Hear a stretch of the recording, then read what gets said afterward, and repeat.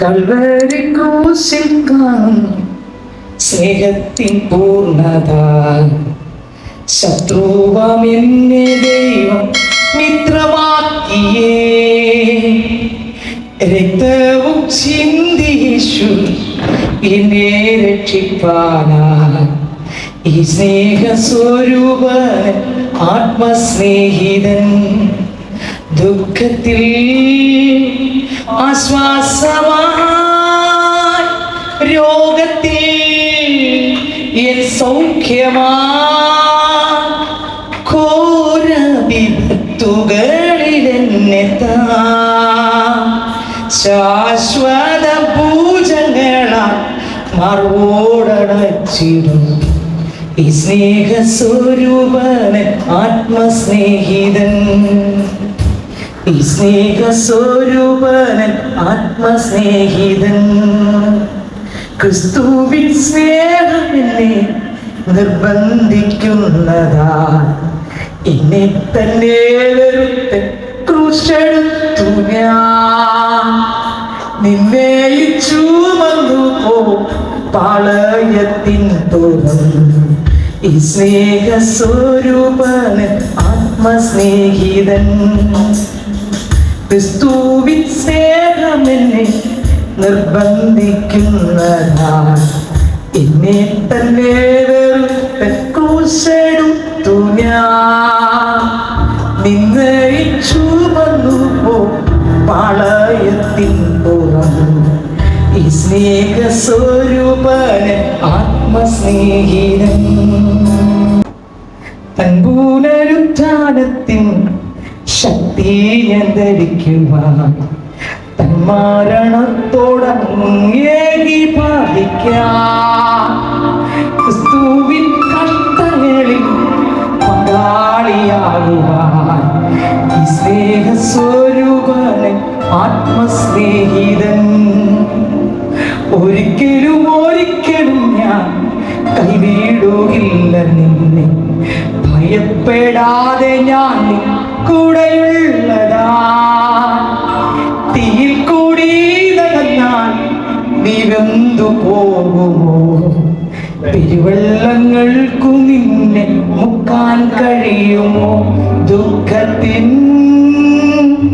ആശ്വാസമാ, രോഗത്തിൻ N സൗഖ്യമാ, ഘോര വിപത്തുകളിൽ എന്നെത്താ ശാശ്വത പൂജകളാൽ മറുവോടടച്ചിടും. ഈ സ്നേഹസ്വരൂപൻ ആത്മസ്നേഹിതൻ. ഹല്ലേലൂയ. കടന്നു എല്ലാവരും ദൈവം അനുഗ്രഹിക്കട്ടെ. ലൂക്കോസിന് ശേഷം അതിന്റെ 24 നമുക്ക് നമ്മുടെ ശ്രദ്ധയെ കൊണ്ടുവരാം. എല്ലാവരും പരിശുദ്ധാത്മാവ് പ്രാപിച്ചേ തീരും. ആത്മാവ് നമ്മൾ പ്രാപിച്ച് ഓരോ ദിവസവും കർത്താവിൽ നിറഞ്ഞുകൊണ്ടേയിരിക്കും. ക്രിസ്തുവിൽ ക്രിസ്തുവിൽ ക്രിസ്തുവിൽ. ഹല്ലേലൂയ. നമ്മളെ കൊണ്ട് ഒരിക്കലും നേരെയാകാൻ പറ്റുന്ന ഒരു ജഡമല്ല നമുക്കുള്ളത്. ഒരിക്കലും അത് നമ്മൾ നേരെയാകത്തില്ല. ആ ജഡം നമ്മളെ തകർക്കുകയുള്ളൂ. പക്ഷെ ആത്മാവിന് മാത്രമേ നേര് വഴി നടത്താൻ പറ്റൂ. ആത്മാവ് മാത്രമേ സത്യമുള്ളൂ. എൻ്റെ യേശു മാത്രമാണ് സത്യം. ആ യേശു എൻ്റെ അകത്ത് വന്ന് നിറഞ്ഞുകൊണ്ടിരിക്കും തോറും എൻ്റെ ജഡ മനുഷ്യൻ കത്തിക്കൊണ്ടിരിക്കും. ഹല്ലേലൂയ. ദൈവത്തിന് സ്തോത്രം. ആത്മാവ് എന്നിൽ നിറയത്തോറും എൻ്റെ ജഡ മനുഷ്യൻ കത്തിക്കൊണ്ടേയിരിക്കും. ക്രിസ്തുവിൻ്റെ ആത്മാവിനെ നിറച്ച ജഡ മനുഷ്യന്റെ പാപം കത്തിക്കൊണ്ടേയിരിക്കും. നിങ്ങൾക്ക് മനസ്സിലാവുന്നുണ്ടോ? ജഡത്തിൽ നമ്മുടെ പാപത്തിൽ അല്ലെങ്കിൽ എത്ര നമ്മൾ തീരുമാനിച്ചാലും തീരുമാനിക്കും, സ്വത്രം തിരിച്ചു പോകും, വീണ്ടും ഒതിയും, സ്വത്രം വന്നുകൊണ്ടിരിക്കും. പക്ഷേ തീരുമാനമല്ല, തീരുമാനം നമ്മൾ ഒരിക്കലും കൊണ്ട് തീരും. കർത്താവിന് ആത്മാവിനാൽ നമ്മുടെ ജഡത്തെ കീഴ്പ്പെടുത്തി ആത്മാവിനാൽ കൊന്ന് ആത്മാവ് നമ്മളിൽ ഇറങ്ങി നമ്മുടെ പാപ മനുഷ്യനെ തകർത്ത് തകർത്ത് തകർത്ത് തകർത്ത് ആത്മാവ് മാത്രം നിയന്ത്രിക്കുന്ന നിലവാരത്തിൽ അപ്പോസ്തലൻ പറഞ്ഞു, ഞാൻ ആത്മാവിനാൽ ബന്ധിക്കപ്പെട്ടവനായി യെരൂശലേമിലേക്ക് പോകുന്നു. സ്വത്ര ആത്മാവിനാൽ ബന്ധിക്കപ്പെട്ടവനായി, സ്വത്ര ലോക ചിന്തയാൽ ബന്ധിക്കപ്പെട്ടവനായിട്ടെന്നല്ല, ടെൻഷനാൽ ബന്ധിക്കപ്പെട്ടവനായിട്ടെന്നല്ല, ആൾക്കാർ പറഞ്ഞ വാക്കിനാൽ ബന്ധിക്കപ്പെട്ടവനായിട്ടെന്നല്ല, പിന്നെയോ പരിശുദ്ധ ആത്മാവിനാൽ ബന്ധിക്കപ്പെട്ട ആളായി, ആത്മാവ് വലിച്ചുകൊണ്ട് പോകുന്നിടത്തല്ലാതെ ഇരിക്കാൻ പറ്റാത്ത ആളായി. ഓ ഹല്ലേലൂയ, ആമേൻ. ദൈവത്തിന് സ്തോത്രം.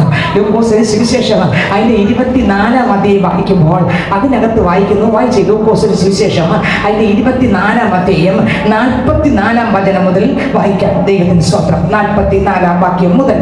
പിന്നെ അവരോട്, ഇതാകും നിങ്ങളോട് കൂടെ ഇരിക്കുമ്പോൾ ഞാൻ പറഞ്ഞ വാക്ക് മോശയുടെ ന്യായപ്രമാണത്തിൽ, പ്രവാചക പുസ്തകങ്ങളിൽ, സങ്കീർത്തനങ്ങളിൽ എന്നെ കുറിച്ച് എഴുതിയിരിക്കുന്നതൊക്കെ നിവൃത്തിയാകണം എന്നുള്ളത് തന്നെ എന്ന് പറഞ്ഞു. തിരുവെഴുത്തുകളെ തിരിച്ചറിയേണ്ടതിനെ അവരുടെ ബുദ്ധിയെ, ശിഷ്യന്മാരുടെ ബുദ്ധി എന്ത് ചെയ്തു? അവർ കൂടെ നടന്നതാ. അപ്പനറിയാം, മക്കൾ നീ എന്റെ കൂടെ നടന്നെങ്കിലും നിന്റെ ബുദ്ധിയൊന്നും തുറന്നിട്ടില്ല, ചില ഭാഗത്ത് നിന്ന് അടങ്ങിയിരിക്കുക. എന്നാൽ എന്റെ അപ്പൻ സ്വർഗത്തിലേക്ക് പോകുമ്പോൾ അവരുടെ ബുദ്ധിയെ വചനമായി സ്വീകരിക്കാൻ, വിശ്വാസത്താൽ നിറഞ്ഞ് മുന്നോട്ട് പോകാൻ, വചനം വായിക്കുമ്പോൾ എന്താണെന്ന് അത് വെളിപ്പെട്ട് കിട്ടിയാൽ, യേശുവിനെ വെളിപ്പെട്ട് കിട്ടിയാൽ അവൻ പിന്നെ ഒരിടത്ത് പോകത്തില്ല. അങ്ങേ വിട്ട് ഞാൻ എവിടെ പോകത്തില്ല, പോകാൻ പറ്റത്തില്ല. വെളിപ്പെട്ട് കിട്ടണം. അപ്പൊ എന്റെ കർത്താവ് അവരുടെ കണ്ണെന്ത് ചെയ്തു? തുറന്നു കൊടുത്തു. അവരുടെ ബുദ്ധിയെ തുറന്നു കൊടുത്തു. ഒന്നുകൂടെ വായിച്ചാ വരി. തിരുവെഴുത്തുകളെ അത് തിരിച്ചറിയണം. എന്താണ് അതിന്റെ ആശയം? എന്താണത്? അറിഞ്ഞിട്ട് എനിക്ക് സ്വന്തം മറ്റൊന്നും ചെയ്യാനല്ല, എന്റെ ജീവിതത്തിനകത്ത് അത് നിറയാൻ.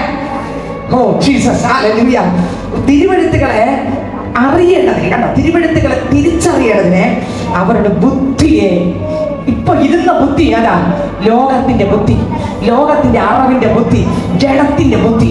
എന്നാൽ എന്റെ അപ്പന്റെ ബുദ്ധിയെ, അപ്പന്റെ ആത്മാവിൽ ചിന്തിക്കാനുള്ള ബുദ്ധിയെ, ഓ ജീസസ്, ഇന്ന് നമ്മുടെ ബുദ്ധി തുറക്കട്ടെ. അപ്പൻ ആഗ്രഹിക്കുന്ന നിലവാരത്തിൽ തിരുവചനം ഓ സ്തോത്രം, അത് തിരിച്ചറിയാൻ തക്കതായിട്ട് അത് തുറക്കട്ടെ. ഓ ബുദ്ധി തുറന്നു വരട്ടെ. ഹല്ലേലൂയ. ഇല്ലെങ്കിൽ നമ്മൾ വായിച്ചുകൊണ്ടിരിക്കുന്നേ ഉള്ളൂ. ബുദ്ധി തുറന്ന ആ ദൈവത്തിന്റെ ശക്തി നമ്മുടെ അകത്ത് ഇറങ്ങി ചിലതെല്ലാം ചെയ്തുകൊണ്ടേയിരിക്കും, ചിലത് കിളിപ്പിച്ചുകൊണ്ടിരിക്കും, ക്രിസ്തുവിനുള്ളത് കിളിപ്പിച്ചുകൊണ്ടിരിക്കും, ക്രിസ്തുവിനുള്ളത് വളർത്തിയെടുത്തോണ്ടിരിക്കും, അതിനകത്ത് വച്ചിട്ടോണ്ടിരിക്കും, ആത്മാവിൽ നിറഞ്ഞുകൊണ്ടിരിക്കും. ആ വചനം ജഡത്തിന്റെ പ്രവൃത്തികളെ മരിപ്പിച്ചോണ്ടിരിക്കും. ആ വചനം തുറന്ന് നമ്മുടെ ശുദ്ധീകരിച്ചോണ്ടിരിക്കും.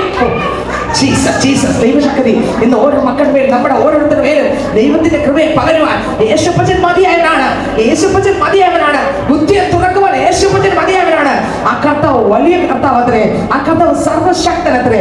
അപ്പച്ചൻ ശിഷ്യന്മാരുടെ ബുദ്ധിയെ തുറന്നു. ബുദ്ധിയെ തുറന്നു. എന്തിനു വേണ്ടി തുറന്നു? ദൈവത്തിന്റെ തിരുവെഴുത്ത്, യേശുപ്പന്റെ തിരുവെഴുത്ത് തിരിച്ചറിയണമെങ്കിൽ എന്റെ ബുദ്ധിക്ക് അപ്പുറമാണത്. ഓ ജീസസ്, എന്റെ ബുദ്ധി ഇതിന്റെ പുറം ഞാൻ ധ്യാനിക്കുമ്പോൾ എന്റെ കർത്താവിന്റെ തുറന്നു തരുന്ന കർത്താവിന്റെ ബുദ്ധി ഉണ്ടല്ലോ, അപ്പന്റെ ഇഷ്ടയിൽ ഗ്രഹിക്കും. ഓ ജീസസ്, ദൈവത്തിന് സ്തോത്രം. ഹല്ലേലൂയ. അപ്പന്റെ ഇഷ്ടം ഗ്രഹിക്കണമെങ്കിൽ അപ്പൻ ബുദ്ധി ഒന്ന് തുറക്കണം. ഇന്ന് ഇതിനകത്ത് എന്റെയും നിങ്ങളുടെ ബുദ്ധിയെ തുറക്കാൻ കർത്താവ് സർവശക്തനാണ്. ഹല്ലേലൂയ. അപ്പൊ ബുദ്ധിയെ, തിരുവെഴുത്തുകൾ തിരിച്ചറിയേണ്ടതിന് അവരുടെ ബുദ്ധിയെ എന്ത് ചെയ്തു? തുറന്നു. അടുത്ത വരി.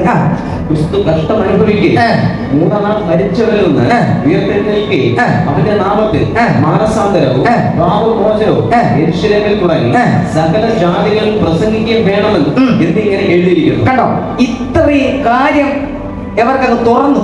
ബുദ്ധി തുറന്നപ്പോ കർത്താവ് പറയണം, ബുദ്ധി തുറന്നിട്ട് പറഞ്ഞെന്താ? യേശു ക്രിസ്തു കഷ്ടം അനുഭവിക്കുകയും മൂന്നാം നാൾ മരിച്ചവരിൽ നിന്ന് ഉയർത്തെഴുന്നേൽക്കുകയും, അടുത്ത് ആ ഉയർത്തെഴുന്നേറ്റ യേശുവിന്റെ നാമത്തിൽ എന്ത്? മാനസാന്തരമുണ്ട്. പിന്നെന്തുണ്ട്? പാപമോചനമുണ്ട്. പിന്നെ യെരൂശലേമിൽ തുടങ്ങി സകല ജാതികളിലും പ്രസംഗിക്കുകയും വേണം എന്നിങ്ങനെ എഴുതിയിരിക്കുന്നു. തുറന്നു കൊടുത്താണ്ടോ അടുത്ത വരി. ഇതിന് നിങ്ങൾ സാക്ഷികളാകും. അടുത്ത് നിങ്ങൾ തുറന്നിട്ടാണ് പറഞ്ഞതല്ല, അല്ലെങ്കിൽ ഇവർക്ക് വെളിപ്പെടില്ല. ഇതിന് നിങ്ങൾ സാക്ഷികളാകുന്നു. അടുത്ത വരി. എന്റെ പിതാവ് വാഗ്ദത്തം ചെയ്തതിനെ അടുത്ത് എന്റെ പിതാവ് വാഗ്ദത്തം ചെയ്തതിനെ ഞാൻ നിങ്ങളുടെ മേൽ അയക്കും. ഞാൻ നിങ്ങളുടെ മേൽ അയക്കും. അടുത്ത വരി. നിങ്ങളോ ഉയരത്തിൽ നിന്ന് ശക്തി ധരിക്കുമോ. നിങ്ങളോ ഉയരത്തിൽ നിന്ന് ശക്തി ധരിക്കുവോളം നഗരത്തിൽ പാർപ്പിനെന്ന് അവരോട് കണ്ടു. കർത്താവ് പറഞ്ഞു, ശിഷ്യന്മാരോട് പറഞ്ഞു, മക്കളെ ഒന്ന് ബുദ്ധിയെ തുറന്നു കൊടുത്തു. എന്തിനു വേണ്ടി? വചനം ഗ്രഹിക്കേണ്ടതിന്, വചനം തിരിച്ചറിയേണ്ടതിന് ബുദ്ധിയെ എൻ്റെ ദൈവം തുറന്നു കൊടുത്തു. ബുദ്ധി തുറന്നു കഴിഞ്ഞിട്ടാണ് യേശുവിനെ കുറിച്ചും പാപമോചനം ആരുടെ നാമത്തിലെന്നും മാനസാന്തരം ആരുടെ നാമത്തിലെന്നും പിന്നെ സ്തോത്രം യെരൂശലേമിൽ തുടങ്ങി സകല ജാതികളിൽ പ്രസംഗിക്കുന്ന ആരുടെ നാമമാണെന്നും കർത്താവ് വെളിപ്പെടുത്തി കൊടുത്തു. എന്നിട്ട് പറഞ്ഞു, വാഗ്ദത്തം ചെയ്തതിനെ പ്രാപിക്കുവോളം നിങ്ങൾ എന്ത് ചെയ്യണം? ഒന്നുകൂടെ വായിച്ചേ. 49. എന്റെ പിതാവ് വാഗ്ദത്തം ചെയ്തതിനെ ഞാൻ നിങ്ങളുടെ മേൽ അയക്കും. നിങ്ങൾ ഉയരത്തിൽ ശക്തി ധരിക്കോളം. നിങ്ങളോ ഉയരത്തിൽ നിന്ന് ശക്തി ധരിക്കുവോളം. അടുത്ത് മർക്കോസ് സുവിശേഷം അതിന്റെ 16-ാം അധ്യായം 15-ാം വചനം മുതൽ അങ്ങോട്ട് വായിക്കുമ്പോൾ വായിച്ചേ. മർക്കോസ് സുവിശേഷം അതിന്റെ 16-ാം അധ്യായം 15-ാം വചനം മുതൽ വായിച്ചേ. പിന്നെ അവൻ അവരോട് നിങ്ങൾ ഭൂലോകത്തിലൊക്കെയും പോയി സകല സൃഷ്ടിയോടും സുവിശേഷം പ്രസംഗിപ്പിൻ. സകല സൃഷ്ടിയോടും എന്തെല്ലാം സൃഷ്ടിയുണ്ടോ എല്ലാ സൃഷ്ടിയോടും എന്ത് ചെയ്യാൻ പറഞ്ഞു? സുവിശേഷം പറയാൻ പറഞ്ഞു. അടുത്ത വിശ്വസിക്കുകയും സ്നാനം ഏൽക്കുകയും ചെയ്യുന്ന. അടുത്ത് നിങ്ങൾ പറയുന്ന വചനം കേട്ടിട്ട് കർത്താവ് ഹൃദയത്തെ തുറന്നു, വചനം വെളിപ്പെട്ടു, അല്ലെങ്കിൽ വചനം തിരിച്ചറിഞ്ഞു. ഇനി എൻ്റെ ആത്മാവിൽ എൻ്റെ ശക്തി പ്രാപിച്ച് നിങ്ങൾ തിരുവചനം ഞാൻ പറയേണ്ട സ്ഥാനത്ത് നിന്ന് നിങ്ങൾ എൻ്റെ ആത്മാവിൽ എന്നിലൂടെ നിങ്ങൾ തിരുവചനം വിളിച്ചു പറയുമ്പോൾ ആരെല്ലാം കേൾക്കുമോ, ആരെല്ലാം കേട്ടിട്ട് ഇത് സത്യമാണെന്ന് യേശു കർത്താവെന്ന് വിശ്വസിക്കുമോ, വിശ്വസിക്കുകയും സ്നാനമേൽക്കുകയും ചെയ്യുന്നവൻ രക്ഷിക്കപ്പെടും. കണ്ടോ? വിശ്വസിക്കുകയും സ്നാനമേൽക്കുകയും ചെയ്യുന്നവൻ രക്ഷിക്കപ്പെടും. അടുത്ത് വിശ്വസിക്കാത്തവൻ ശിക്ഷാവിധിയിൽ അകപ്പെടും. അടുത്ത് വിശ്വസിക്കുന്നവരാൽ ഈ അടയാളങ്ങൾ നടക്കും. കണ്ടോ? കർത്താവിന്റെ അടയാളങ്ങൾ നടക്കും. മക്കളെ, നിന്നിലൂടെ നീ പോകുന്നിടത്ത് നിന്നിലൂടെ മാത്രമല്ല, ആരെല്ലാം വിശ്വസിച്ച് അപ്പന്റെ അടുക്കൽ വരുമോ, അപ്പച്ചനിലാണ് അവർ ജീവിക്കുന്നതെങ്കിൽ അപ്പൻ ചെയ്യേണ്ടത് അതിനു വേണ്ടി അങ്ങ് മാത്രമാകുന്നല്ല, അപ്പച്ചൻ ചെയ്യേണ്ടത് ഓരോ സ്ഥലങ്ങളിലും ചെയ്തുകൊണ്ടേയിരിക്കും. ദൈവത്തിന് അറിയാം എന്ത് ചെയ്യണം, എവിടെ ചെയ്യണം, ദൈവത്തിന് അറിയാം. അതേ ചെയ്യും. നമ്മളെ മഹത്വം എടുക്കാനല്ല ചെയ്യുന്നത്. അടുത്ത വരും. എന്റെ നാമത്തിൽ എന്റെ നാമത്തിൽ ഭൂതങ്ങളെ പുറത്താക്കും. അടുത്ത വരും. ഭാഷകളിൽ സംസാരിക്കും. കണ്ടോ? എല്ലാവരും നാമത്തിലാ. ആരുടെ നാമത്തിലാ? കർത്താവ് പറഞ്ഞ മക്കൾ, നീ പോകുമ്പോഴൊക്കെ ചിന്തിച്ചോളണം, നീ നിന്റെ നാമത്തിലോ മറ്റൊരു നാമത്തിലോ ഒരു കഴിവിലോ അല്ല ചെയ്യുന്നത്. നിനക്ക് വേണ്ടി മരിച്ച എന്റെ നാമത്തിലാണ്, അത് യേശുവിന്റെ നാമത്തിലാണ്. ഹല്ലേലൂയ. ഓ, എന്റെ നാമത്തിൽ പുതുഭാഷകൾ സംസാരിക്കും. സർപ്പങ്ങളെ പിടിച്ചെടുക്കും. മരണകരമായ യാതൊന്ന് കുടിച്ചാലും അവർക്ക് ഹാനി വരികയില്ല. മോശയുടെ പാമ്പ് സർപ്പങ്ങളെ മറ്റേ പാമ്പുകളെല്ലാം എന്ത് ചെയ്തു? പിടിച്ചെടുത്തെന്ന് വിഴുങ്ങി. ഇവിടെ കർത്താവ് കൊടുത്തിരിക്കുന്ന സർപ്പങ്ങളെ പിടിച്ചെടുക്കും. സ്തോത്രം. ദുഷ്ട ഇരുട്ടിന്റെ മണ്ഡലങ്ങളെ പിടിച്ചെടുക്കുന്ന അഭിഷേകം. ഹല്ലേലൂയ. വ്യക്തികളെ കുരുടാക്കി പാപത്തിലേക്ക് വലിച്ചെത്തിക്കുന്ന പഴയ പാമ്പിന്റെ ശക്തികളെ കാൽവരി ക്രൂശിൽ പരാജയപ്പെടുത്തിയ യേശുക്രിസ്തു പറയുകയാണ്, സർപ്പങ്ങളെ പിടിച്ചെടുക്കും. ഹല്ലേലൂയ. അപ്പച്ചൻ പറയണം, മക്കളെ, നിങ്ങളുടെ കൃപ വരും, ശക്തി വരും, അഭിഷേകം വരും. പക്ഷേ സർപ്പങ്ങൾ എന്ത് ചെയ്യും? പിടിച്ചെടുക്കും. അടുത്ത വരി. മരണകരമായ യാതൊന്ന് കുടിച്ചാലും അവർക്ക് ഹാനി വരികയില്ല. രോഗികളുടെ മേൽ കൈവച്ചാൽ സൗഖ്യം വരും. ആരുടെ നാമത്തിലെ കൈ മുകളിലുണ്ട്? ആരുടെ നാമത്തിൽ? യേശുവിന്റെ. താഴെയറ്റം വന്നപ്പോ യേശുവിന്റെ നാമം പോയില്ല. പിന്നെ യേശുവിന്റെ നാമത്തിൽ കൈവയ്ക്കുമ്പോൾ ആ നാമത്തിന്റെ മഹത്വത്തിനായി, ഓ ജീസസ്, ഹല്ലേലൂയ, ആ നാമത്തിന്റെ മഹത്വത്തിനായി രോഗികൾ എന്ത് ചെയ്യും? സൗഖ്യം പ്രാപിക്കും. ദൈവത്തിന് സ്തോത്രം. രോഗികൾ എന്ത് ചെയ്യും? സൗഖ്യം പ്രാപിക്കും. യേശു അപ്പച്ചന്റെ നാമത്തിന് വേണ്ടി, കർത്താവിന്റെ നാമത്തിലാണ് സൗഖ്യം. അടുത്ത വരി. ഇങ്ങനെ കർത്താവായ യേശു അവരോട് അരുളി ചെയ്ത ശേഷം സ്വർഗ്ഗത്തിലേക്ക് എടുക്കപ്പെട്ടു. ദൈവത്തിന്റെ വലത്തുഭാഗത്തിരുന്നു. കണ്ടോ? ഇതെല്ലാം പറഞ്ഞ ശേഷം സ്വർഗ്ഗത്തിൽ പോയി ദൈവത്തിന്റെ വലതു ഭാഗത്തിരുന്നു. അവർ പുറപ്പെട്ട് എല്ലായിടത്തും പ്രസംഗിച്ചു. എല്ലായിടത്തും ചെയ്തു പ്രസംഗിച്ചു. കർത്താവ് അവരോട് കൂടെ പ്രവർത്തിച്ചു. കണ്ടോ? എങ്ങനെ മഹത്വം കണ്ട ആർക്കാ? കർത്താവ് അവരോട് കൂടെ എന്ത് ചെയ്തു? പ്രവർത്തിച്ചു. അപ്പൊ മഹത്വം ആർക്കാ? പ്രവർത്തിച്ചാരാ? കർത്താവ്. കണ്ടോ? അവൻ ഇരുന്നെടുത്തു. നമ്മൾ അങ്ങനെയാകണം.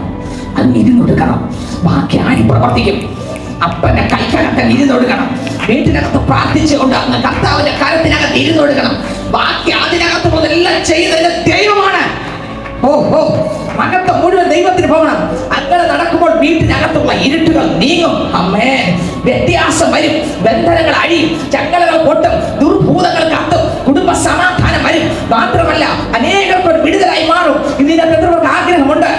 ആഗ്രഹിക്കുന്ന ഉള്ളങ്ങളെ നിറയ്ക്കുന്ന ഒരു കർത്താവ് നമ്മുടെ ആലയത്തിനകത്തുണ്ട്. ആ വാക്യം ഒന്നുകൂടെ വായിച്ച്, ഇപ്പൊ വായിച്ച വാക്യം ഒന്നുകൂടെ വായിച്ചേ. അവർ പുറപ്പെട്ട് എല്ലായിടത്തും പ്രസംഗിച്ചു. കർത്താവ് അവരോട് കൂടെ പ്രവർത്തിച്ചു. അവരാൽ നടന്ന അടയാളങ്ങളാൽ. കർത്താവ് അവരോട് കൂടെ പ്രവർത്തിച്ചു. ഇനി ആ കുഴലാകുന്ന അവരിലൂടെ നടന്ന അടയാളങ്ങളാൽ. അപ്പൊ ജനം ആരെയാണ് കണ്ടത്? ആരിലൂടെയാണ് അടയാളങ്ങൾ നടക്കുന്നത് കണ്ടത്? ആ പോയ ദൈവ മക്കളിലൂടെ അടയാളം നടക്കും. ജനം കണ്ടുല്ലേ? ജനം കണ്ടു. പക്ഷെ പ്രവർത്തിച്ചതാരാ? പ്രവർത്തി വന്നതാരാ? പക്ഷെ ജനം കണ്ടതാരാ? ഈ ദൈവ വേലക്കാരാണ് കണ്ടത്. ദൈവ വേലക്കാർ പ്രശംസിച്ചോ? ഇല്ല. വായിച്ചെടുത്തവര് അവരാൽ നടന്ന അടയാളങ്ങളാൽ വചനത്തെ ഉറപ്പിച്ചു. കണ്ടോ? വചനത്തെ അപ്പോസ്തലന്മാർ എന്ത് ചെയ്തു? അവരെ ഒന്നും പറഞ്ഞില്ല. അവർ പറഞ്ഞു വചനത്തെ, ക്രിസ്തുവിനെ ഉറപ്പിച്ചു കൊടുത്തു. ഓരത്ഭുതം നടക്കുന്നതോറും, ഓരടയാളം നടക്കുന്നതോറും ഈ ദൈവത്തിന്റെ വചനത്തെ, എന്റെ ദൈവത്തെ ശക്തമായി ഉറപ്പിച്ചു. ആ ദൈവവചനം പ്രസംഗിച്ച് ആ രോഗിയെ സൗഖ്യമാക്കിയ, ഭൂതങ്ങളെ പുറത്താക്കിയവരുടെ പേരല്ല അവർ പറഞ്ഞത്. അവർ ക്രിസ്തു യേശുവിന്റെ വചനത്തെ അങ്ങോട്ട് ആരാക്കിട്ട് ഉറപ്പിച്ചു. ദൈവത്തിന്റെ സ്തോത്രം. മഹത്വം മുഴുവനാർക്ക് പോയി. മഹത്വം മുഴുവൻ. മത്തായിയുടെ സുവിശേഷം അതിന്റെ 28-ാം അധ്യായം വായിക്കുമ്പോൾ അതിനകത്ത്, മത്തായിയുടെ സുവിശേഷം 28-ാം അധ്യായം വായിക്കുമ്പോൾ അതിന്റെ 16 മുതൽ വായിച്ചു. 28-16 മുതൽ. എന്നാൽ 11 ശിഷ്യന്മാർ ഗലീലയിൽ യേശു അവരോട് കൽപ്പിച്ചിരുന്ന മലയ്ക്ക് പോയി. അവനെ കണ്ടപ്പോൾ അവർ നമസ്കരിച്ചു. ചിലരോ സംശയിച്ചു. ചിലരോ എന്ത് ചെയ്തു? സംശയിച്ചു. യേശു അടുത്ത് ചെന്ന് സ്വർഗ്ഗത്തിലും ഭൂമിയിലും സകല അധികാരവും എനിക്ക് നൽകപ്പെട്ടിരിക്കുന്നു. യേശു പറഞ്ഞു, എനിക്ക് നൽകും. മക്കളെ, സ്വർഗ്ഗത്തിലുള്ള അധികാരം, ഭൂമിയിലുള്ള എല്ലാ ഒരധികാരം എന്നല്ല, സകല അധികാരവും എനിക്ക് നൽകപ്പെട്ടിരിക്കുന്നു. ആർക്ക്? യേശു നൽകപ്പെട്ടിരിക്കുന്നു. നിങ്ങൾ പുറപ്പെട്ട്. എന്റെ അർത്ഥം എന്താ? എന്തുകൊണ്ടാണ് അങ്ങനെ പറയാൻ കാരണം? കർത്താവ് നൽകപ്പെട്ടിരിക്കുന്നത് കൊണ്ട് എനിക്ക് എന്താണ് കുഴപ്പം? നോക്കി ചിന്തിച്ചു നോക്കി, നിങ്ങൾ വായിച്ചു നോക്കി. ഒന്നുകൂടെ വായിച്ചാ വരി. യേശു അടുത്ത് ചെന്ന് സ്വർഗ്ഗത്തിലും ഭൂമിയിലും സകല അധികാരവും എനിക്ക് നൽകപ്പെട്ടിരിക്കുന്നു. ആകയാൽ നിങ്ങൾ പുറപ്പെട്ട്. അപ്പോ യേശുവിനാണ് അധികാരം കിട്ടിയത്. അപ്പൊ നമ്മൾ പുറപ്പെടാൻ പറയുന്നത്. എന്റെ അർത്ഥം എന്താ? നിന്നിൽ ഞാനുണ്ടല്ലോ, നീ അല്ലല്ലോ. അമ്മേ, നിങ്ങൾക്ക് എത്രയൊക്കെ മനസ്സിലായി? നിങ്ങൾ പുറപ്പെട്ട്, അർത്ഥം ഞാൻ നിന്നിലുണ്ട്. നിങ്ങൾ പുറപ്പെടണം.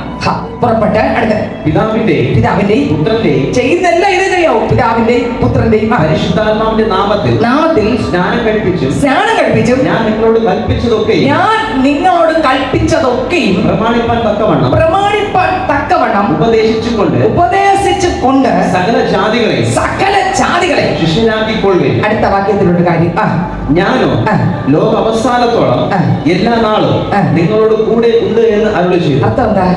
കർത്താവ് മക്കളെ, എല്ലാ അധികാരവും ഞാൻ നിന്നിൽ ഇരിക്കുമ്പോൾ, അത് ഒരു ദിവസത്തേക്കല്ല, ലോക അവസാനത്തോളം, ലോകാന്ത്യത്തോളം കൂടെയിരിക്കുന്നു, എന്നോട് കൂടെയുണ്ട്. ലോകാന്ത്യത്തോളം കൂടെയിരിക്കുന്നു, എന്നോട് കൂടെയുണ്ട്.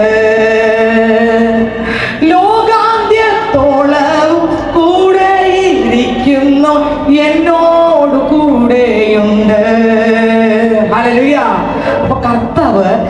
ദൈവത്തിന്റെ മക്കളെ ശിഷ്യന്മാരെ ഇതെല്ലാം അവരോട് പറഞ്ഞ് മനസ്സിലാക്കി ഗ്രഹിപ്പിച്ചു.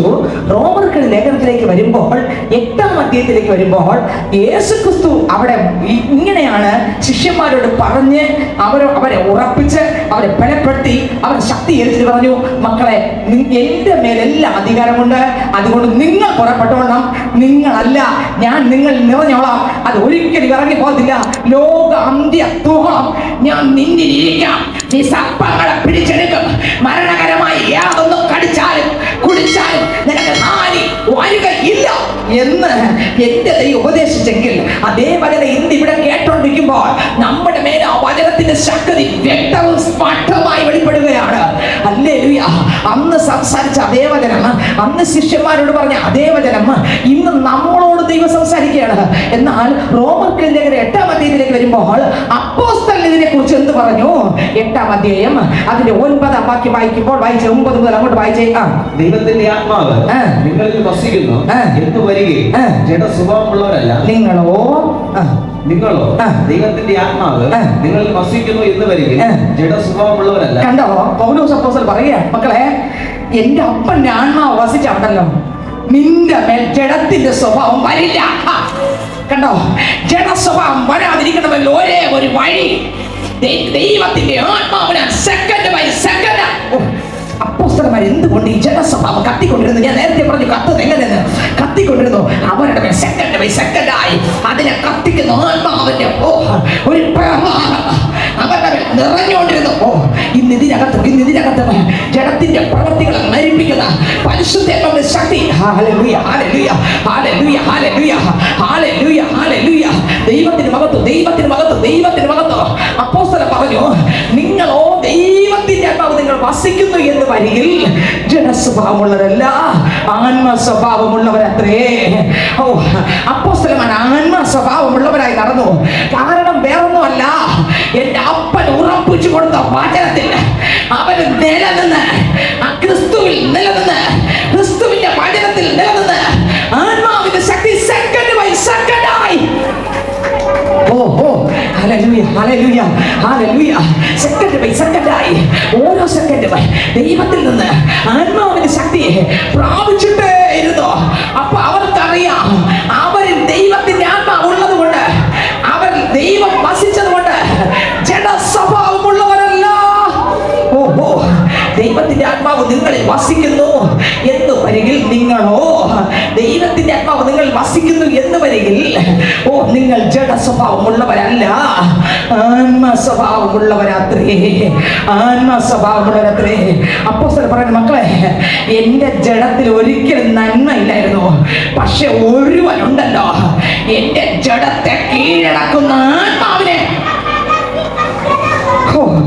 7-ാം അധ്യായത്തിൽ പരാജയപ്പെട്ട അപ്പോസ്തലൻ പൊട്ടിക്കരഞ്ഞ, അയ്യോ ഞാൻ അരിഷ്ട മനുഷ്യരെന്ന് പറഞ്ഞവൻ 8-ാം അധ്യായത്തിൽ പറയുന്നു, ഞാൻ പരാജയപ്പെട്ടിടത്ത് കീഴടക്കുന്നത് ഒരു ആത്മാവാണ്, അതെന്റെ ദൈവമാണെന്ന് മനുഷ്യന് മനസ്സിലായി. ദൈവത്തിന് സ്തോത്രം. അടുത്ത വാക്യം വായിക്കുമ്പോൾ എഴുതിയിരിക്കുന്നത് വായിച്ച് ഒന്നുകൂടെ 9 മുതൽ വായിച്ചേ. നിങ്ങളോ ദൈവത്തിന്റെ ആത്മാവ് നിങ്ങളിൽ വസിക്കുന്നു എന്ന് വരികയും ജഡ സ്വഭാവമുള്ളവരല്ല, ആത്മസ്വഭാവമുള്ളവരത്രേ. കണ്ടോ, എത്ര വിശ്വാസമുണ്ട്. കർത്താവിന്റെ ആത്മാവ് വസിക്കുന്ന പിള്ളേർ ജഡ സ്വഭാവമുള്ളവരല്ല. ആമേൻ. ആത്മസ്വഭാവം ഉള്ള ആളാണ്. അടുത്ത വരി.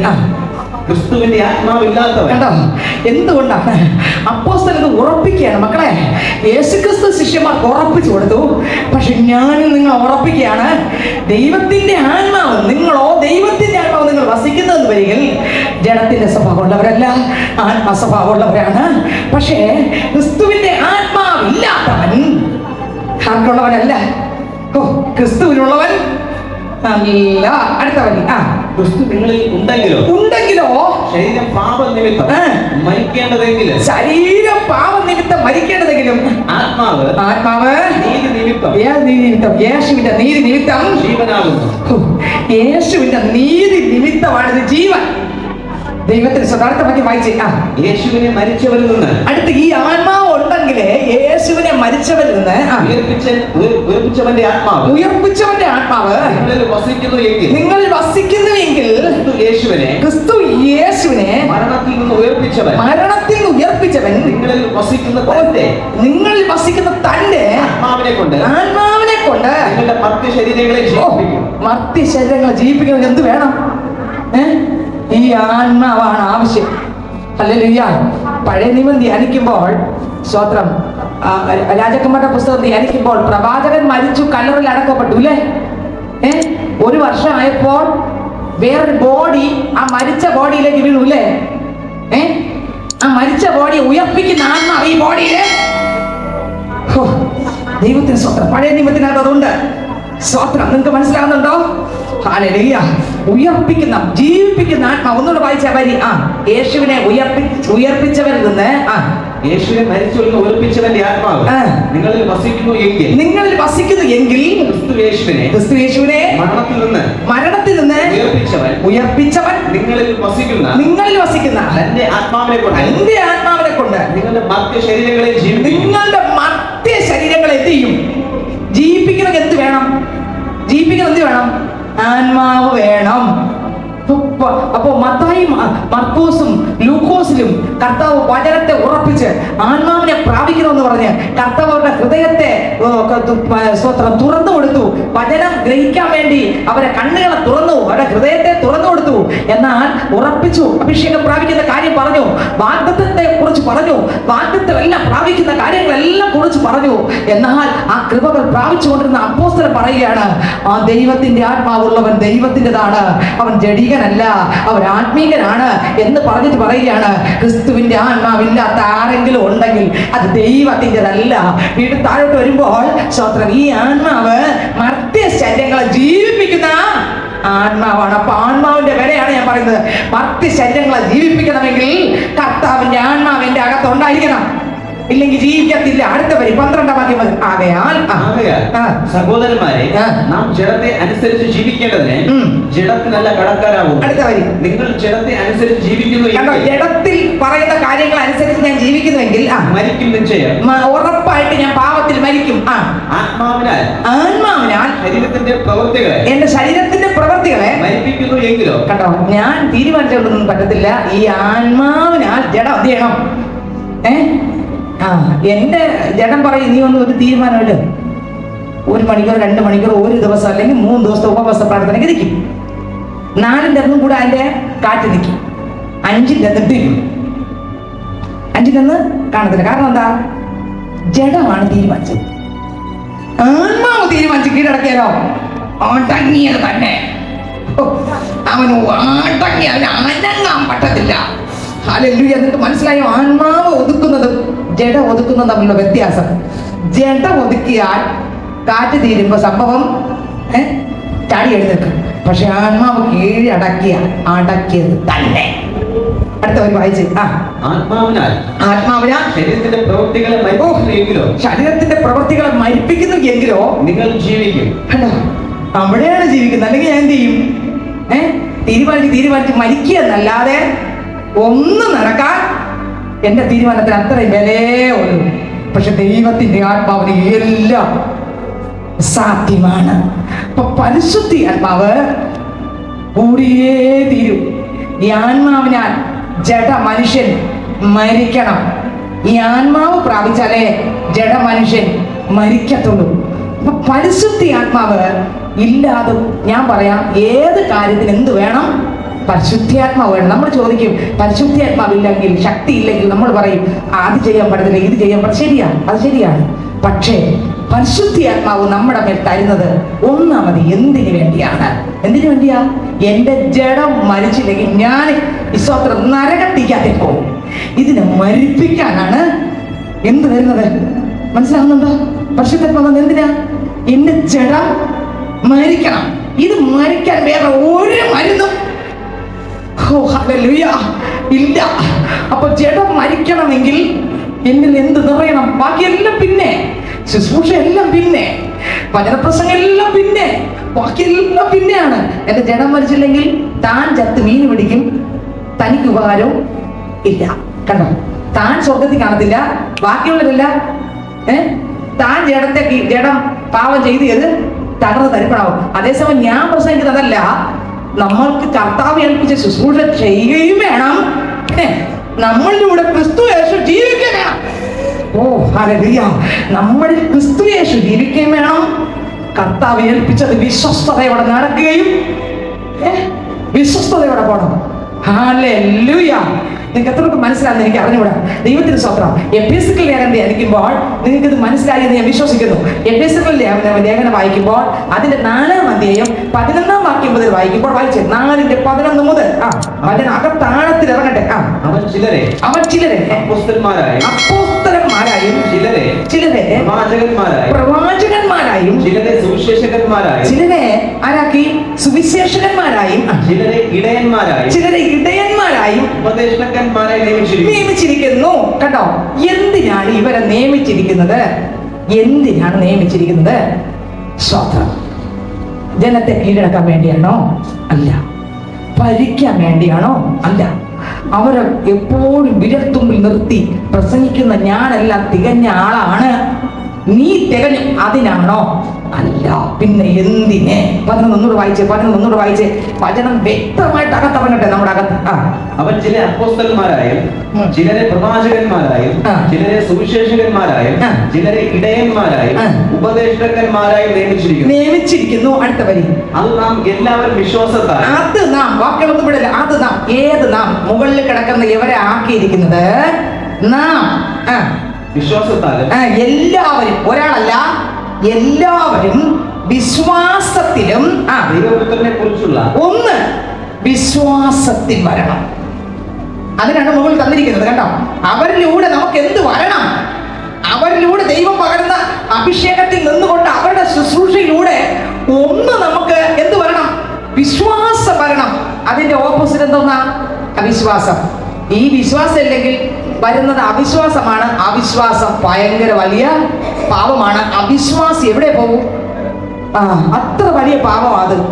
പക്ഷെ അത് വരാതിരിക്കണമെങ്കിൽ മുകളിൽ കിടക്കുന്ന ശുശ്രൂഷകരിലൂടെ ദൈവത്തിന്റെ ആത്മാവ് നിറഞ്ഞ് നമ്മളിലേക്ക് അത് ഒഴുകി നമ്മൾ എന്ത് വരണം? പ്രസംഗം കേൾക്കുമ്പോൾ, ഉപദേശം കേൾക്കുമ്പോൾ, ദൈവപ്രവൃത്തി വെളിപ്പെടുമ്പോൾ അതിലൂടെ അവരോടുള്ള വിശ്വാസമല്ല, ക്രിസ്തുവിനോടുള്ള വിശ്വാസം. മനസ്സിലാവുന്നുണ്ടെന്ന് എനിക്ക് അറിഞ്ഞൂടാ. ഹല്ലേലൂയ! വചനത്തിലുള്ള വിശ്വാസം. വായിച്ച വിശ്വാസത്തിലും അടുത്ത് ദൈവപുത്രനെ കുറിച്ചുള്ള 2 ദൈവപുത്രനെ കുറിച്ചുള്ള പരിജ്ഞാനത്തിലുമുള്ള. കണ്ടോ, 1 എനിക്ക് വിശ്വാസം, 2 ആരെ കുറിച്ചുള്ള പരിജ്ഞാനം? ദൈവത്തെ കുറിച്ച്, ദൈവപുത്രനാകുന്ന യേശു ക്രിസ്തുവിനെ കുറിച്ചുള്ള യേശു ഓരോന്നുള്ള പരിജ്ഞാനം എനിക്ക്. അപ്പൊ എനിക്ക് അഭിഷേകം വരുന്നത് എന്തിനാണ്? 1 വിശ്വാസം, 2 യേശുവിനെ കുറിച്ചുള്ള പരിജ്ഞാനമാണ്. യേശു ആരെന്ന്, അല്ലെങ്കിൽ ഞാൻ തെറ്റും, ഞാൻ വീഴും, ഞാൻ ഒരിടത്തും ഇല്ലാത്ത ആളായി ഞാൻ മാറും. ഒരിടത്തും കാണത്തില്ല. ഞാൻ കഴിഞ്ഞ ദിവസം പറഞ്ഞില്ല, ഒരു സഹോദരി എന്നോട് പറഞ്ഞ കാര്യം. ഒരിടത്തും കാണത്തില്ല. അവനോട് വേറൊരാൾ ആലോചന പറഞ്ഞത് എന്തെന്നറിയാമോ? ഇവിടെ നിന്ന് ചാടി, അടുത്ത് അപ്പുറത്തുനിന്ന് ചാടി, അതിന്റെ അപ്പുറത്തും ചാടി, ഇപ്പുറത്ത് പോയി ഒരിടം ഇല്ലാതെ ആളാക്കാനാണ് ഇഷ്ടന്റെ പരിപാടി. എന്താ കാര്യം? അങ്ങനെ തെറ്റിക്കപ്പെടുന്നറിയാമോ? നമ്മൾ ആരെങ്കിലും തെറ്റിച്ചാൽ അതിന്റെ അർത്ഥം ഞാൻ ആരെയും കുറ്റപ്പെടുത്തൂല, നമ്മുടെ കുറവാ. കാരണം എന്താ? ഈ അഭിഷേകം നമ്മുടെ മേലെ ഉണ്ടെങ്കിൽ ഇത് പറഞ്ഞു തരും. ക്രിസ്തുവിനെ വെളിപ്പെട്ട് നമ്മൾ കെട്ടുപിടിച്ച് ഓടൂല. ക്രിസ്തുവിനെ വെളിപ്പെട്ടില്ലെങ്കിൽ ഓടിക്കൊണ്ടേയിരിക്കും.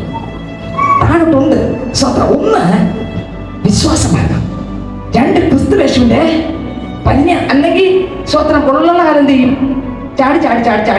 ചാടി ഒന്നിലുമില്ലാതെ, ഒരിടത്തും കാണാതെ, അവസാനം 2 വെള്ളത്തിൽ കാളി ചവിട്ടി എങ്ങോട്ടാണെന്നോലും ഒരിടത്തും വിശ്വാസം വരില്ല, ഒന്നിലും വരില്ല.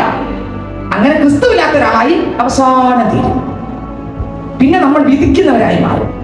അവിടത്തെ വിധിച്ച്, ഇവിടത്തെ വിധിച്ച്, അപ്പുറത്ത് വിധിച്ച്, നാട്ടുകാരെ വിധിച്ച്, ലോകത്തെ വിധിച്ച്, ശുശ്രൂഷയെ വിധിച്ച്, വചനത്തെ വിധിച്ച്, അവിടുത്തെ ശുശ്രൂഷ വിധിച്ച്, അവിടുത്തെ പാട്ടിനെ വിധിച്ച്, അവിടുത്തെ ശുശ്രൂഷ ഇങ്ങനെയാണ് അത് വിധിച്ച്, ഇവിടുത്തെ ശുശ്രൂഷ ഇങ്ങനെ എല്ലാം ദൈവത്തിനെതിരായി പറഞ്ഞ് വിധിച്ച് നമ്മൾ വിധികർത്താക്കളായി.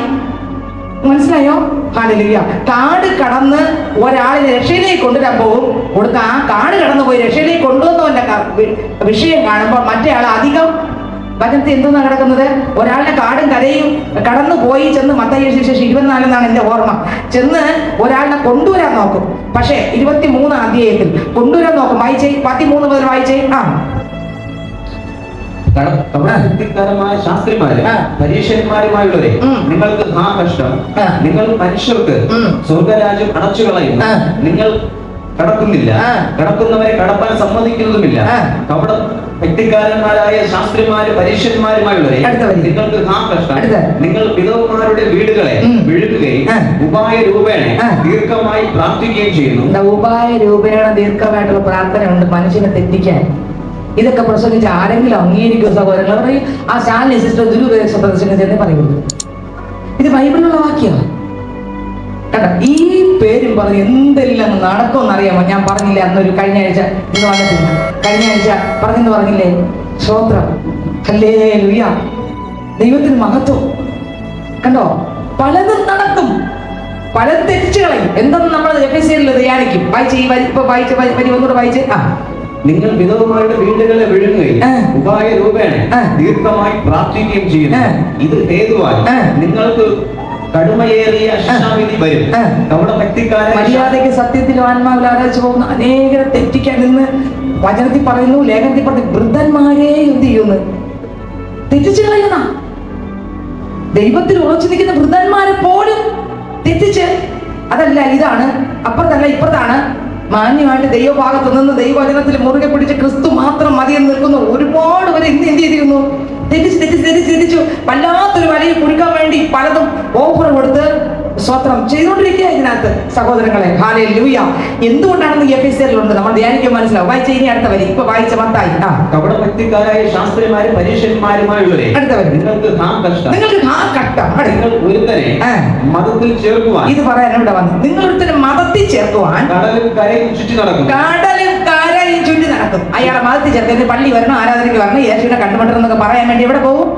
കരയും കടലും ചുറ്റി നടക്കും. അടുത്ത് ചേർന്ന ശേഷം അവൻ ചേർന്നെന്ന് കണ്ടു കഴിഞ്ഞാൽ പിന്നെ കൂടെയായി ആ പള്ളി വിട്ടു, ഈ പള്ളിയിൽ വന്നു, അടുത്ത് എല്ലാം വിട്ടെന്ന് കണ്ടു കഴിഞ്ഞാൽ അടുത്ത് അവനെ നിങ്ങളെക്കാൾ ഇരട്ടിച്ച നരകയോഗ്യനാക്കുന്നു.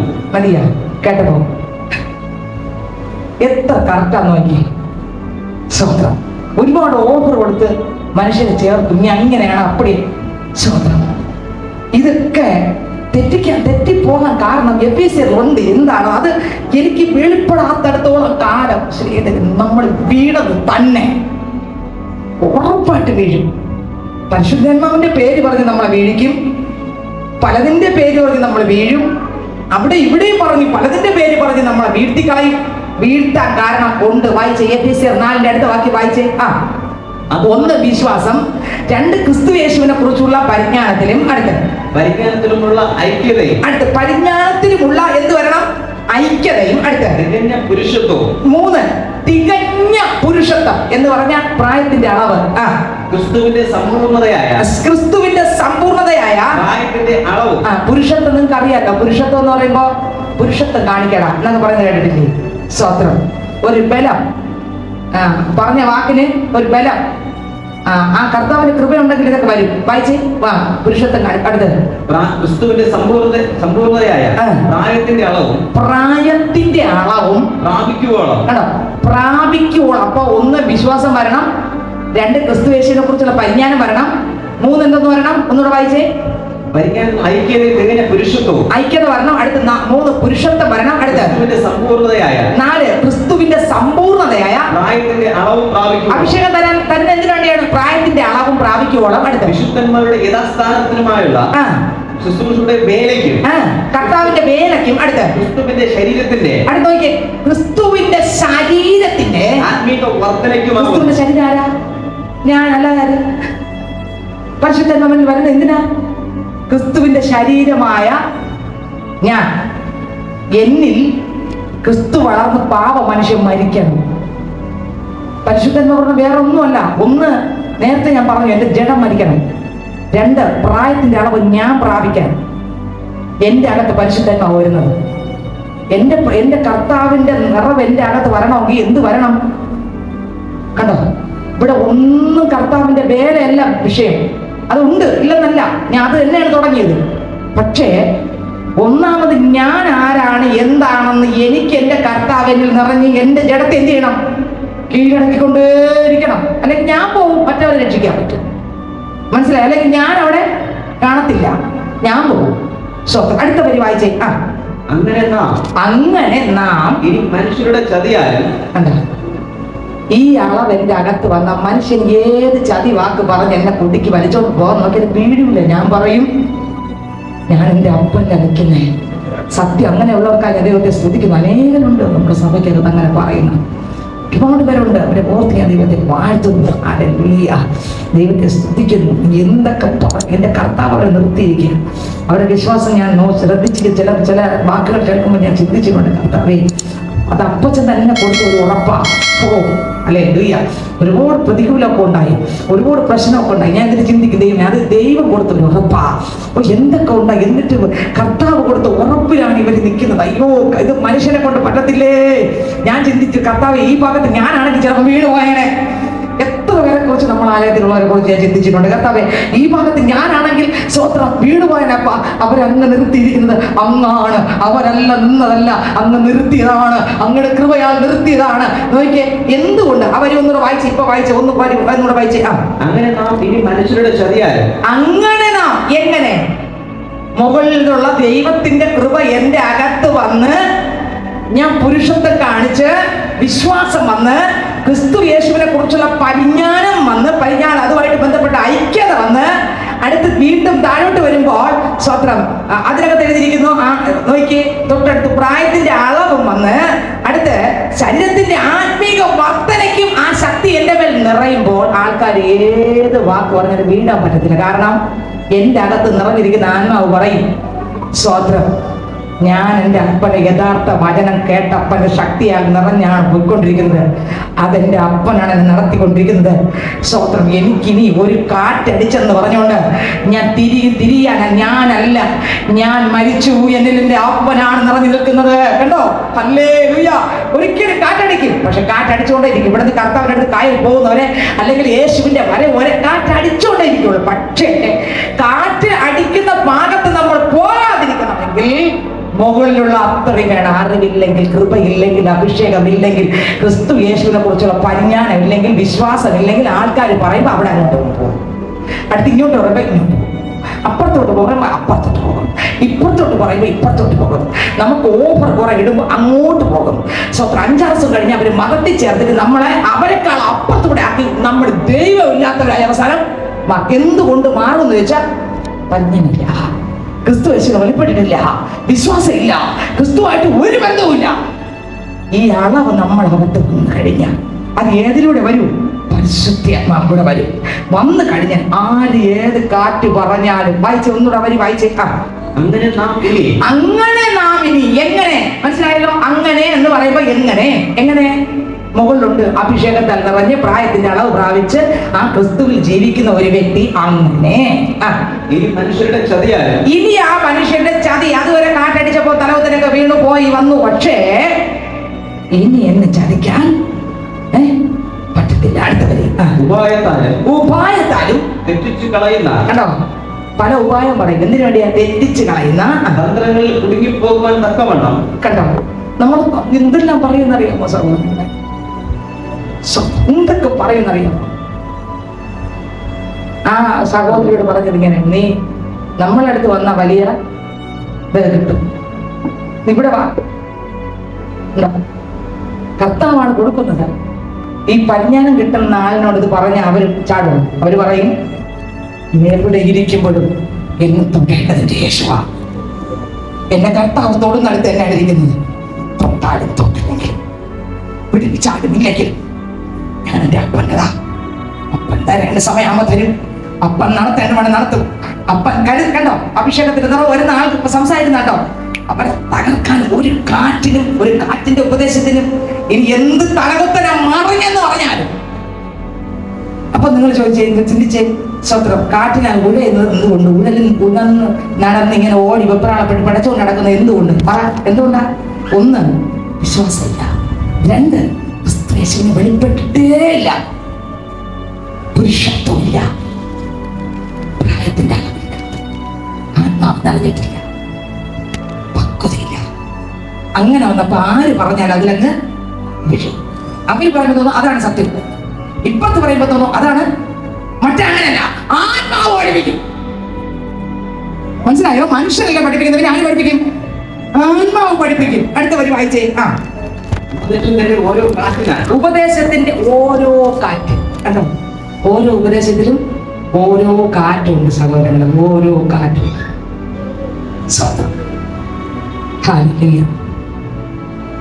ഉപദേശത്തിന്റെ പരവും ഞാൻ ഉദാഹരണം ഒന്നും പറയുന്നില്ല. പറഞ്ഞ് ചിലപ്പോൾ നിങ്ങൾ ഏത് അർത്ഥത്തിലൊക്കെ എടുക്കുമെന്ന് അറിഞ്ഞിട്ട് ഞാൻ ഒരു ഉദാഹരണം പറയുന്നില്ല. ദൈവത്തിന്റെ സ്വാതന്ത്ര്യം കേൾക്കുമ്പോൾ തന്നെ അതറിയാം. നമ്മളെ പൊക്കുന്ന ഉപദേശങ്ങളും നമ്മളെ പൊക്കുന്ന അഭിഷേകത്തിന്റെ വാക്കുകളും നമ്മളെ പൊക്കി പറഞ്ഞ് നീ ഇന്ന നീ ഇന്ന ഒരിടത്ത് പോലും അങ്ങനെ വചനത്തിലില്ല. ആകുന്ന ഉപദേശങ്ങളെല്ലാം നമ്മളെ തെറ്റിക്കുന്നതാണ്. ക്രിസ്തു യേശു നമ്മളിലൂടെ വലുതാക്കുന്ന എന്തുണ്ടോ മുഴുവനത്തും ആർക്ക് പോകും? യേശുവിന് പോകും. ആ ഉപദേശങ്ങളും ആ ശുശ്രൂഷകളും ആ അഭിഷേകവും വചനപ്രകാരമുള്ളതാണ്. മുഴുവനത്തോടെ പോകും, യേശുവിന് പോകും. ഒരു മനുഷ്യനും അതുകൊണ്ടാണ് കർത്താവ് എന്റെ മഹത്വം ഞാൻ വിഗ്രഹങ്ങൾക്കും വിട്ടുകൊടുക്കത്തില്ല. ദൈവം അപ്പന്റെ മഹത്വം ആരും കൊടുക്കും? ഇല്ല, ഒന്നിനും കൊടുക്കത്തില്ല. അടുത്ത വരി വായിച്ചേ. ഉപദേശത്തിന്റെ ഓരോ കാറ്റിനാൽ അലഞ്ഞ് ഉഴലുന്ന ശിശുക്കൾ ആയിരിക്കാതെ ശിശുക്കളാണ് ഇങ്ങനെ ഓടുന്നോട് നടക്കുന്നത്. അഭിഷേകം പ്രാപിച്ച് ആ പരിജ്ഞാന വചനം കിട്ടി, വിശ്വാസം വന്ന്, ആ ക്രിസ്തു യേശുവിനെ കുറിച്ചുള്ള പരിജ്ഞാനം വന്ന്, പുരുഷത്വം വന്ന്, ആ ഒരു ഐക്യതയൊക്കെ ആത്മാവിലുള്ള ഐക്യതയൊക്കെ വന്നു കഴിഞ്ഞാൽ, പ്രായത്തിന്റെ അളവൊക്കെ വരാൻ തുടങ്ങിക്കഴിഞ്ഞാൽ ആള് പറയും ഞാൻ എൻ്റെ അപ്പനിലും അപ്പൻ എന്നിലുമല്ലയോ ഇരിക്കുന്നത്. ഞങ്ങൾ സത്യത്തിലും ആത്മാവിലും ആരാധിച്ച് ദൈവവചനത്തിന് മുമ്പിൽ വീണ് കിടക്കുക. ഞങ്ങളെ ദൈവത്തിന് ഉപയോഗിക്കണമെങ്കിൽ ഉപയോഗിക്കട്ടെ, ഇല്ല എങ്കിൽ ഇല്ല. കർത്താവ് എന്താണ് ചെയ്യാൻ ആഗ്രഹിക്കുന്നത് അത് നടക്കട്ടെ. അതിൻ്റെ അപ്പുറത്തൊന്നും ഞങ്ങൾക്ക് വേണ്ട. സ്തോത്രം. പഴയ നിയമത്തിനകത്ത് ഇത് തന്നെയാണ്, പുതിയ നിയമത്തിനകത്തും ഇത് തന്നെയാണ്. ദൈവം ഓരോരുത്തർക്ക് വീതിച്ച് കൊടുത്തിട്ടുണ്ട്.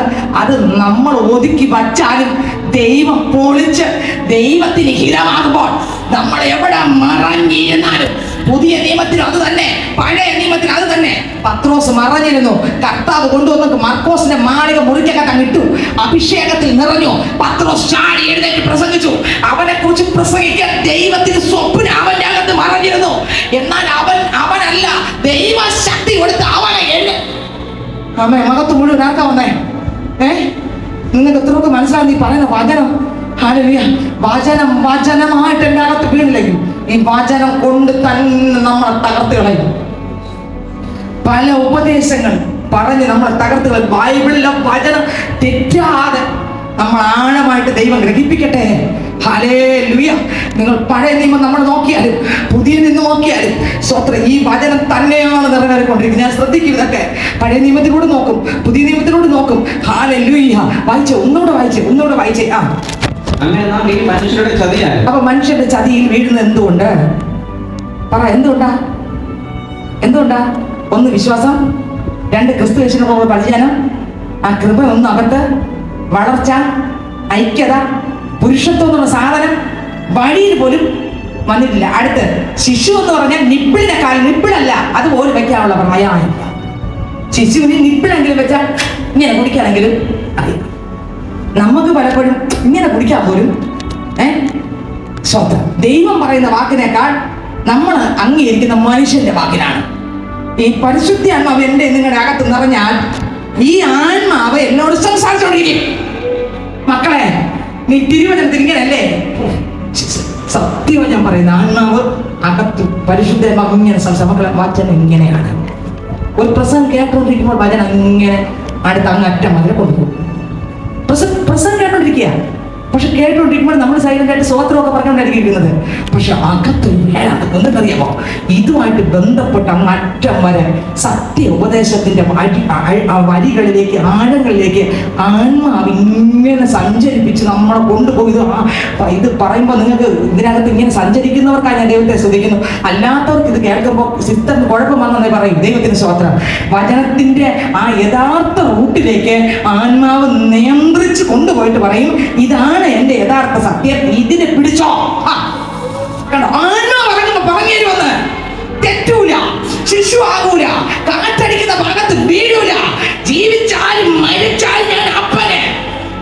അറിയാതെ എനിക്ക് തലമുടി പൊടിയത്തില്ലല്ലോ, പിന്നെ എന്തിനാ? ഹല്ലേലൂയ. എൻ്റെ അപ്പൻ അറിയാതെ എനിക്ക് ഒന്നും സംഭവിക്കാൻ പോകുന്നില്ല, പിന്നെ എന്തിനാ? ഇത് തന്നെ വരും.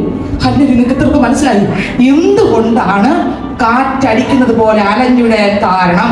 ഒന്ന്, എനിക്ക് സമ്മതിച്ചു കൊടുക്കണം. ഞാൻ ഒന്ന്, എനിക്ക് വിശ്വാസമില്ല. രണ്ട്, ക്രിസ്തുവിനെ കുറിച്ചുള്ള എന്തില്ല? പരിജ്ഞാനമില്ല. മൂന്ന്, പ്രായത്തിലാണ് ഒട്ടും ഇല്ല. നാല്, ഐക്യത ഇല്ല. പിന്നെ പുരുഷത്വം ഇല്ല. ഇതൊന്നുമില്ല. പിന്നെ ഇപ്പോഴും ഞാൻ ആരാ? ജനിച്ച ബാബ, ജനിച്ചു കിടക്കുകയാണ്. കുഞ്ഞിന് പാല് കുടിക്കാൻ പോലും അറിയത്തില്ല. അങ്ങനെ ഇടയ്ക്ക് നമ്മൾ പലപ്പോഴും ഒന്ന് ചിന്തിച്ചു നോക്കിയേ. അങ്ങനെ ഉള്ളവരെയാണ് തെറ്റിച്ച് കാപ്പടത്തിലേക്ക് തിരിച്ചോണ്ട് പോകുന്നത്. അവസാനം അവർ സ്വർഗത്തിൽ പോലും കാണത്തില്ല. സ്നേഹത്തെ ഓടിക്കൊണ്ടിരിക്കുമ്പോഴായിരിക്കും യേശു ഒളിച്ച് പതുങ്ങിയായിരിക്കും ഓടിക്കൊണ്ടിരിക്കുന്നത്. ഓട്ടത്തിൽ നടക്കുമ്പോഴായിരിക്കും എന്താ പറയുന്നത്? യേശു വരുന്നത്. നോക്കി, അല്ലേ? കണ്ടോ? മതത്തിൽ ചേർക്കാൻ നോക്കി, ഇപ്പൊ ഒന്നുമില്ലാതെ ആയി. കാരണം വേറെ ആരെയും പറയണ്ട, നമ്മളാണ് കാരണം. ഞാനാണ് കാരണം. ഞാൻ ഓടാൻ കാരണം ഞാൻ തന്നെ. കാരണം എന്ത്? ഒന്ന്, എനിക്ക് വിശ്വാസം വന്നിട്ടില്ല. രണ്ട്, യേശു എനിക്ക് വെളിപ്പെട്ടിട്ടില്ല. മൂന്ന്, ആ പരിജ്ഞാനം വന്നിട്ടില്ല. നാല്, പുരുഷത്വം വന്നിട്ടില്ല. അഞ്ച്, ഐക്യത വന്നിട്ടില്ല. ആറ്, പ്രായത്തിനളവ്. ഇപ്പോഴും ജനിച്ച് പാല് പോലും കുടിക്കാനുള്ള അറിവ് ഇല്ല. അമ്മയോ ഡോക്ടറെ എടുത്ത് പാല് കുടിക്കുന്നു പറഞ്ഞ് കൊടുത്താല് അത്രയ്ക്ക് ശിശു. നമ്മളാണെങ്കിലും സമ്മതിക്കുന്നില്ല. സമ്മതിച്ച കർത്താവിന്റെ നമ്മളെ ഇതുപോലെ ആവുമ്പോഴാണ് അവർ പറയുന്നത്, ഓ അങ്ങനെയാണല്ലേ, എന്നാ പിന്നെ ഞാൻ 2 ആഴ്ച അങ്ങോട്ട് വന്ന് നോക്കാം. ഇങ്ങനെയാണല്ലേ, എന്നാ പിന്നെ ഞാൻ അവിടെ നോക്കട്ടെ. ഓ അങ്ങനെയാണല്ലേ, എന്നാ പിന്നെ ശരി, ഞാൻ ഇവിടെ പോയിട്ട് ശരിയാകുന്നില്ല, അവിടെ പോകാം എന്ന് പറയാനുള്ള പ്രധാന കാരണം ഇതാണ്. കാരണം അവർക്കൊന്നും വെളിപ്പെടില്ല. അവരിങ്ങനെ കരിയല പോലെ അങ്ങോട്ട് പറക്കും, ഇങ്ങോട്ട് പറക്കും, അങ്ങോട്ട് പറക്കും, ഇങ്ങോട്ട് പറക്കും. ഞാൻ എന്നോട് പറഞ്ഞ ആ സഹോദരിയോട് കാര്യകാരണ സകലം വചനത്തിലൂടെ പറഞ്ഞപ്പോൾ തിരിച്ച് ഇങ്ങോട്ട് കുറച്ച് കാര്യങ്ങൾ പറഞ്ഞപ്പോൾ ഞാൻ ചിന്തിച്ചു, കർത്താവ് അവർ പറഞ്ഞെങ്കിലും ഈ ഉറപ്പകത്ത് ദൈവം കൊടുത്തല്ലോ. എന്നോട് പറഞ്ഞെല്ലാം ഈ കർത്താവിന്റെ വചനമായിരുന്നു. എന്നോട് പറഞ്ഞ അങ്ങനെയല്ലേ ഇങ്ങനെ കർത്താവ് പറഞ്ഞിരിക്കുന്നത് വചനം ഇങ്ങനെ. അപ്പൊ ഞാൻ ചിന്തിച്ചു, കർത്താവേ, വചനം ഇവിടെ വന്നിരിക്കുന്നെങ്കിലും ഈ വചനം എവിടെയൊക്കെയോ ഒക്കെ വീഴുന്നുണ്ട്. ഇവരെ തെറ്റിക്കാൻ കർത്താവിന്റെ വചനം ഒരാളിനകത്ത് വീഴുന്നെങ്കിൽ അവരെ തെറ്റിക്കാൻ ഒരു ഉപദേശത്തിനും ഒരു കാറ്റിനും ഒരു ദുരുപദേശത്തിനും വൃദ്ധന്മാരെ പോലും തെറ്റിക്കും. പക്ഷെ തെറ്റിക്കാൻ പറ്റത്തില്ല. അവർ യേശുവും അവരിലും. ഹല്ലേലൂയ. നിങ്ങൾക്ക് മനസ്സിലായി? ആ വരി ഒന്നുകൂടെ വായിച്ചേ. അങ്ങനെ നാം ഇനി മനുഷ്യരുടെ ചതിയാൽ കേട്ടോ, ഈ നിറം പ്രാപിച്ചു കഴിഞ്ഞാൽ മനുഷ്യരുടെ ചതി വില പോകത്തില്ല. അവന്റെ വിൽപ്പന ചരക്ക് വാരി അങ്ങോട്ട് പോകും. അടുത്ത വരി. തെറ്റിച്ചു കളയുന്ന ഒരു ദിവസം ഇവിടെ ഒരുപാട് പല പ്രാവശ്യം ദൈവവേലക്കാരിവിടെ വന്നിട്ടുണ്ട്. പല പ്രാവശ്യം എനിക്ക് അറിഞ്ഞൂടാത്ത ദൈവവേലക്കാർ വന്നിട്ടുണ്ട്. എനിക്ക് അറിഞ്ഞുകൂടായിരുന്നു ഒരു ദൈവവേലക്കാരാണെന്ന് വന്നിട്ടുണ്ട്. അതിലൊരു ദൈവവേലക്കാരൊരു ഫാമിലി പോയിരുന്നു പറഞ്ഞൊരു കാര്യമാണ്. പൊങ്ങി പറയുന്നില്ല, യേശു ഇതിനകത്തുണ്ടെന്ന് പറയുക. യേശു ഇതിനകത്തുണ്ടെന്നല്ല, എപ്പോഴും ഇതിനകത്ത് യേശു തന്നെ. ആ ദൈവദാസൻ പറഞ്ഞത്, ഈ വചനത്തിന്റെ ആഴം ഒരാളിന് ഗ്രഹിക്കാൻ പറ്റിയ കർത്താവ് ഗ്രഹിപ്പിച്ചു കൊടുത്താൽ അവരെ ഇനി എന്ത് കാണിച്ച് പറിച്ചുകൊണ്ട് പോവാൻ നോക്കിയതിന് പറ്റില്ല. എന്ത് പറിച്ച കാരണം വചനത്തിന്റെ കാതലായ സത്യമാണ്. യേശു അപ്പച്ചൻ ആ പള്ളിക്കകത്ത് വെളിപ്പെടുത്തി കൊടുത്തോണ്ട് സ്വത്രം. ആ ദൈവ മനുഷ്യൻ 2 മണിക്കൂർ വചനം കേട്ടിട്ട് ഒരു ഫാമിലി പോയി ഇത് പറഞ്ഞ കാര്യമാണ്. ആ പള്ളിക്കകത്തിരിക്കുന്ന ജനം ക്രിസ്തുവിന്റെ ഈ വചനം കേട്ടോണ്ട്, ഇത് സത്യം, ഇവരെ ഈ വചനം ഒരാൾ വിശ്വസിച്ചാണ് ഇരിക്കുന്നത്. അവർ ഒരു കാറ്റിനും മനസ്സിലോട്ട് പോവാൻ പറ്റില്ല. ഹല്ലേലൂയ. വായിച്ചേ, ഒന്നുകൂടെ വായിച്ചേ.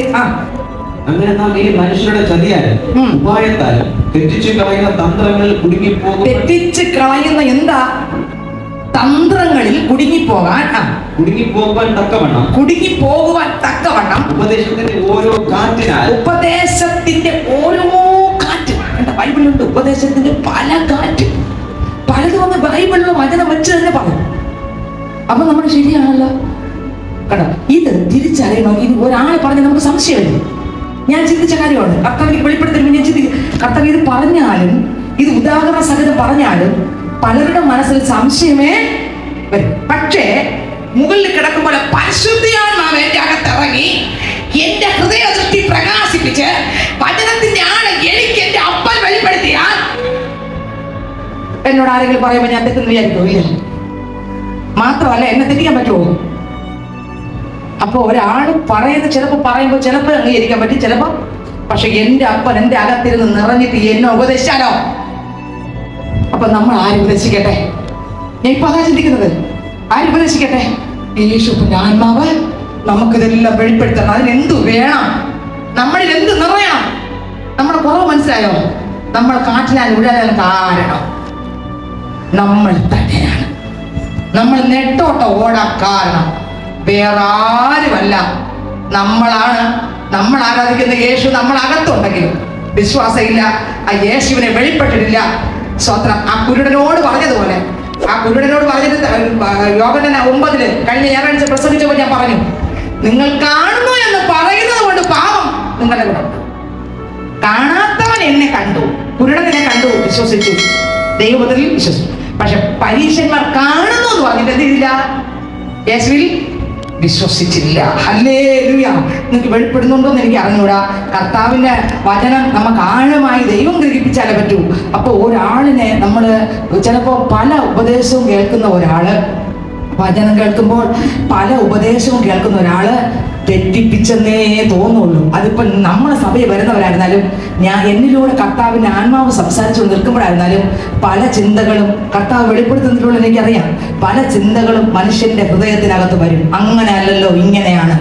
ഇത് നേരെ ഉള്ള റൂട്ട് അറിയണമെങ്കിൽ എന്നെ കർത്താവ് പഠിപ്പിച്ചത്, മക്കളെ, ഇത് മുകളിലുള്ളത് വരുമ്പോൾ ഓരോരുത്തർക്കും അത് തിരിച്ചറിയാൻ ക്രിസ്തുവിൽ തന്നെ നേരിട്ട് അവർ പ്രാപിച്ചുകൊണ്ടേ ഇരിക്കും. നിങ്ങൾക്ക് മനസ്സിലാകുന്നുണ്ടോ? ഒന്നുകൂടെ വായിച്ചാ വരി. വായിച്ചേ. 14. അങ്ങനെ നാം ഇനി മനുഷ്യരുടെ ചതിയാലും ഉപായത്താലും വെറ്റിച്ചു കളയുന്ന തന്ത്രങ്ങളിൽ കുടുങ്ങിപ്പോകുവാൻ തക്കവണ്ണം ഉപദേശത്തിന്റെ ഓരോ കാറ്റിനാൽ അലഞ്ഞുഴലുന്ന ശിശുക്കളായിരിക്കാതെ സ്നേഹം വരാൻ. യേശു എന്നെ സ്നേഹിച്ചെടുത്ത് സ്നേഹം വരണം നോക്കിയേ ഇല്ല. ക്ഷമിക്കാനുള്ള ശക്തി വരുന്ന നോക്കിയേ ഇല്ല. ദീർഘമായി ക്ഷമിക്കാൻ ഒരാളിനോടുള്ള കൃപ വരുന്ന നോക്കിയില്ല. പിന്നെ നമ്മൾ എന്താ വരുന്നത്? യേശു പറഞ്ഞു, ശത്രുവായിരുന്ന നിന്നെ, നിനക്ക് വേണ്ടി ഞാൻ നിന്നെ, ആ തെരുവിൽ കിടന്ന നിനക്ക് വേണ്ടി, അനാഥയായ നിനക്ക് വേണ്ടി ഒരു അനാഥ കുഞ്ഞിനെ നമ്മളെ വീട്ടിൽ കൊണ്ടുവന്നിരിക്കട്ടെ. ആ കുഞ്ഞ് നമ്മളെ കുഞ്ഞിന്റെ സ്വഭാവമായിരിക്കില്ല. ആ കുഞ്ഞ് തെരുവിൽ കിടന്ന് പലതും പഠിച്ച കുഞ്ഞായിരിക്കും. ആ കുഞ്ഞ് തെരുവിൽ കിടന്ന് മോഷണം പഠിച്ച കുഞ്ഞായിരിക്കും. ആ കുഞ്ഞ് എല്ലാം വിറ്റ് നശിപ്പിക്കുന്ന കുഞ്ഞായിരിക്കും. ആ കുഞ്ഞിന് നല്ല സംസാരം സംസാരിക്കാൻ അറിയില്ലായിരിക്കും, ചീത്ത മാത്രമേ അറിയാവുള്ളായിരിക്കും. ഇനി ആ കുഞ്ഞ് ദുഷ്ട സ്വഭാവമുള്ള ആളായിരിക്കും. ആ കുഞ്ഞ് വികൃതിയുള്ള ആളായിരിക്കും. മറ്റുള്ളവരെ കല്ലെറിയുന്ന ആളായിരിക്കും. പിന്നെ വീട്ടിനകത്തുള്ള സാധനം എല്ലാം എറിഞ്ഞു പൊട്ടിക്കുന്ന ആളായിരിക്കും. അങ്ങനെയുള്ളൊരു കുഞ്ഞിനെ നമ്മളെ വീട്ടിൽ കൊണ്ടുവന്ന് നമ്മൾ സഹിക്കും. നമ്മളെ കുഞ്ഞിനോടുകൂടെ കിടത്തും ഇല്ല. നമ്മൾ സഹിക്കും ഇല്ല. നമ്മൾ എന്ത് ചെയ്യും? അടിയും കൊടുത്ത് പുളിയും കുടിപ്പിച്ച് നമ്മൾ ഓടിക്കും. അതിനേക്കാളും കഴുപ്പണം കെട്ട എന്നെ നിങ്ങളെ യേശു ദീർഘമായി ക്ഷമിച്ച് സഹിച്ച് ഇതിൽ നിന്നെല്ലാം പൊട്ടിച്ച് അപ്പന്റെ സ്വഭാവത്തെ പകരാൻ മരിച്ച സ്നേഹം.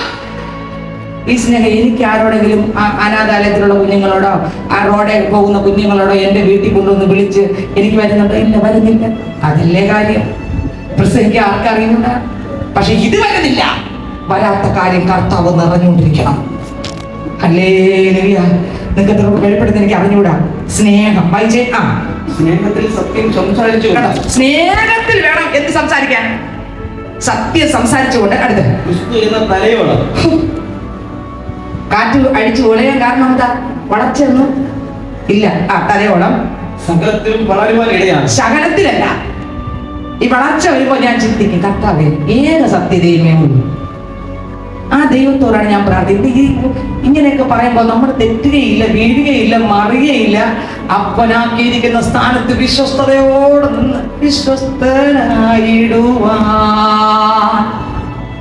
നിൻ കരങ്ങളിൽ നൽകിടുന്നു.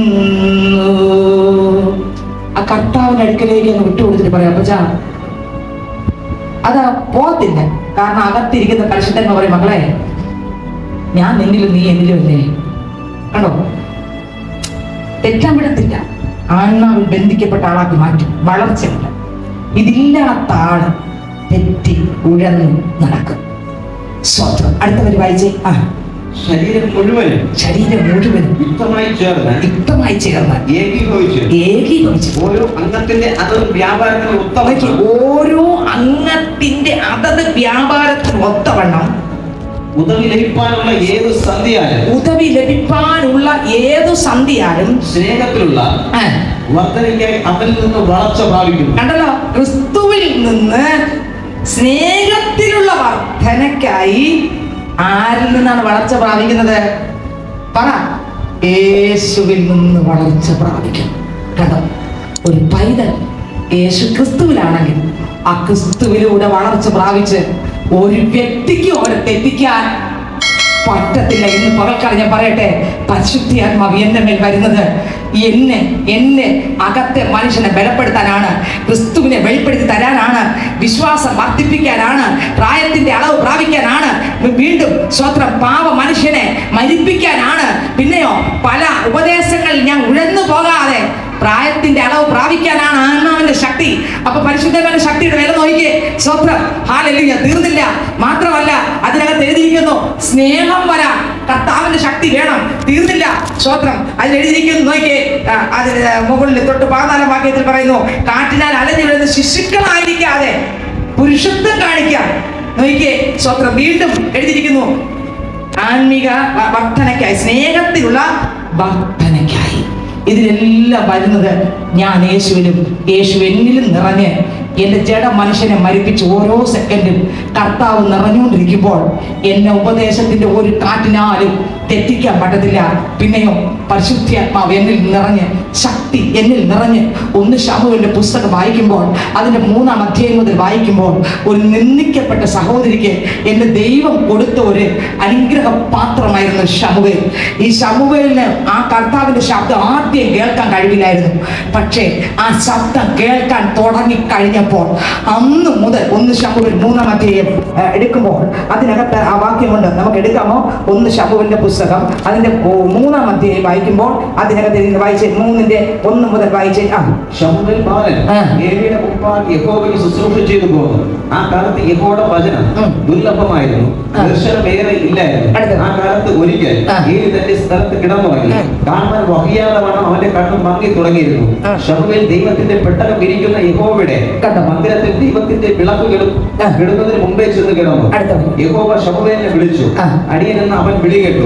ഏലിയുടെ അടുക്കൽ ഓടിച്ചെന്ന് അടിയൻ ഇതാ എന്നെ വിളിച്ചുവല്ലോ എന്ന് പറഞ്ഞു. അടിയനിതാ എന്നെ വിളിച്ചുവല്ലോ.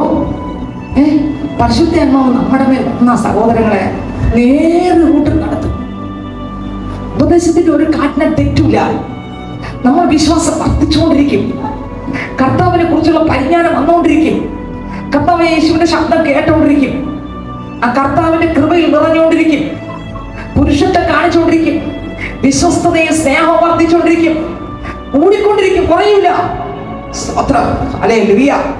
അപ്പൊ ആ ശബ്ദം കേൾക്കാത്തതുവരെയും കേൾക്കാതിരുന്നപ്പോഴും ശമൂവേൽ ഇരുട്ടാകും മുമ്പ് എന്ത് ചെയ്തു? കിടന്നാ എഴുതിയിരിക്കുന്നത്. അടുത്ത വരി വായിച്ചേ.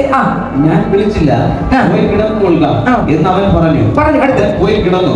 യഹോവ പിന്നെയും ശമൂവേലേ എന്ന് വിളിച്ചു. ശമൂവേൽ എഴുന്നേറ്റ് ഏലിയുടെ അടുക്കൽ ചെന്ന് അടിയൻ ഇതാ എന്നെ വിളിച്ചുവല്ലോ എന്ന് പറഞ്ഞു. അടിയൻ ഇതാ എന്നെ വിളിച്ചുവല്ലോ എന്ന് പറഞ്ഞു. അടുത്ത വരി. ഞാൻ വിളിച്ചില്ല മകനെ, പോയി കിടന്നുകൊള്ളുക എന്ന് അവൻ പറഞ്ഞു. അടുത്ത് ശമൂവേൽ അന്ന് വരെ യഹോവയെ അറിഞ്ഞില്ല. ഇരുട്ടാവുമ്പോ കിടക്കും, പക്ഷേ യഹോവയെ അറിഞ്ഞില്ല. പക്ഷെ അറിഞ്ഞു കഴിഞ്ഞപ്പോ അങ്ങോട്ട് ചലിക്കുക. നിങ്ങൾ വീട്ടിൽ പോയിട്ട് 1 ശമൂവേൽ വായിക്കണം. അവസാനം വരെ ശമൂവേൽ പ്രവാചകന്റെ അവസാന നിമിഷം വരെ വായിക്കണം. വായിക്കുമ്പോൾ മനസ്സിലാകും ഒരിടത്തും പോലും മിസ്റ്റേക്കില്ല. എന്തുകൊണ്ട്? വേറെ ഒന്നിലേക്ക് നോക്കിയില്ല. ഈ ശബ്ദത്തിൽ നിന്ന് മനുഷ്യൻ മാറിയില്ല. അടുത്ത വരി. യഹോവയുടെ വചനം അവന് അന്ന് വരെ വെളിപ്പെട്ടൊന്നുമില്ല. യഹോവ ശമൂവേലിനെ 3-ാം പ്രാവശ്യം വിളിച്ചു. അവൻ എഴുന്നേറ്റ് ഏലിയുടെ അടുക്കൽ ചെന്നു. അടിയൻ ഇതാ എന്നെ വിളിച്ചുവല്ലോ എന്ന് പറഞ്ഞു. അപ്പോൾ യഹോവയായിരുന്നു ബാലനെ വിളിച്ചത് എന്ന് ഏലിക്ക് മനസ്സിലായി. ഏലിക്ക് ആദ്യം അങ്ങനെ ഉണ്ട്. അതിപ്പോ ഏലിക്ക് ഇല്ലാത്തതുകൊണ്ടെല്ലാം മറന്നു കിടന്നതാണ്. അപ്പൊ ചിന്തിച്ചു, ഇതൊന്നും വേറെ ആരുമല്ല, ദൈവം തന്നെയാണ്. അന്ന് എന്നെ വിളിച്ചതുപോലെ ഇപ്പൊ ആരെ വിളിക്കാൻ തുടങ്ങി. ഇയാൾക്ക് ഇപ്പൊ വിളിയാക്കുന്നില്ല. കണ്ടോ, അടുത്ത വരി. ഏലി ശമൂവേലിനോട് പോയി കിടന്നുകൊള്ളുക, ഇനി നിന്നെ വിളിച്ചാൽ യഹോവേ അരുളി ചെയ്യണമേ, അടിയൻ കേൾക്കുന്നു എന്ന് പറഞ്ഞു കൊള്ളണം എന്ന് പറഞ്ഞു. അങ്ങനെ ശമൂവേൽ തന്റെ സ്ഥലത്ത് ചെന്ന് കിടന്നു. അടുത്ത വരി. അപ്പോൾ യഹോവ വന്നു നിന്നു, മുമ്പിലത്തെ പോലെ ശമൂവേലേ ശമൂവേലേ എന്ന് വിളിച്ചു. അത് ശമൂവേൽ അരുളി ചെയ്യണമേ, അടിയൻ കേൾക്കുന്നു എന്ന് പറഞ്ഞു. യഹോവ ശമൂവേലിനോട് അരുളി ചെയ്തത്, ഇതാ ഞാൻ ഇസ്രായേൽ ഒരു കാര്യം ചെയ്യും, അത് കേൾക്കുന്നവന്റെ ചെവി രണ്ടും മുഴങ്ങും.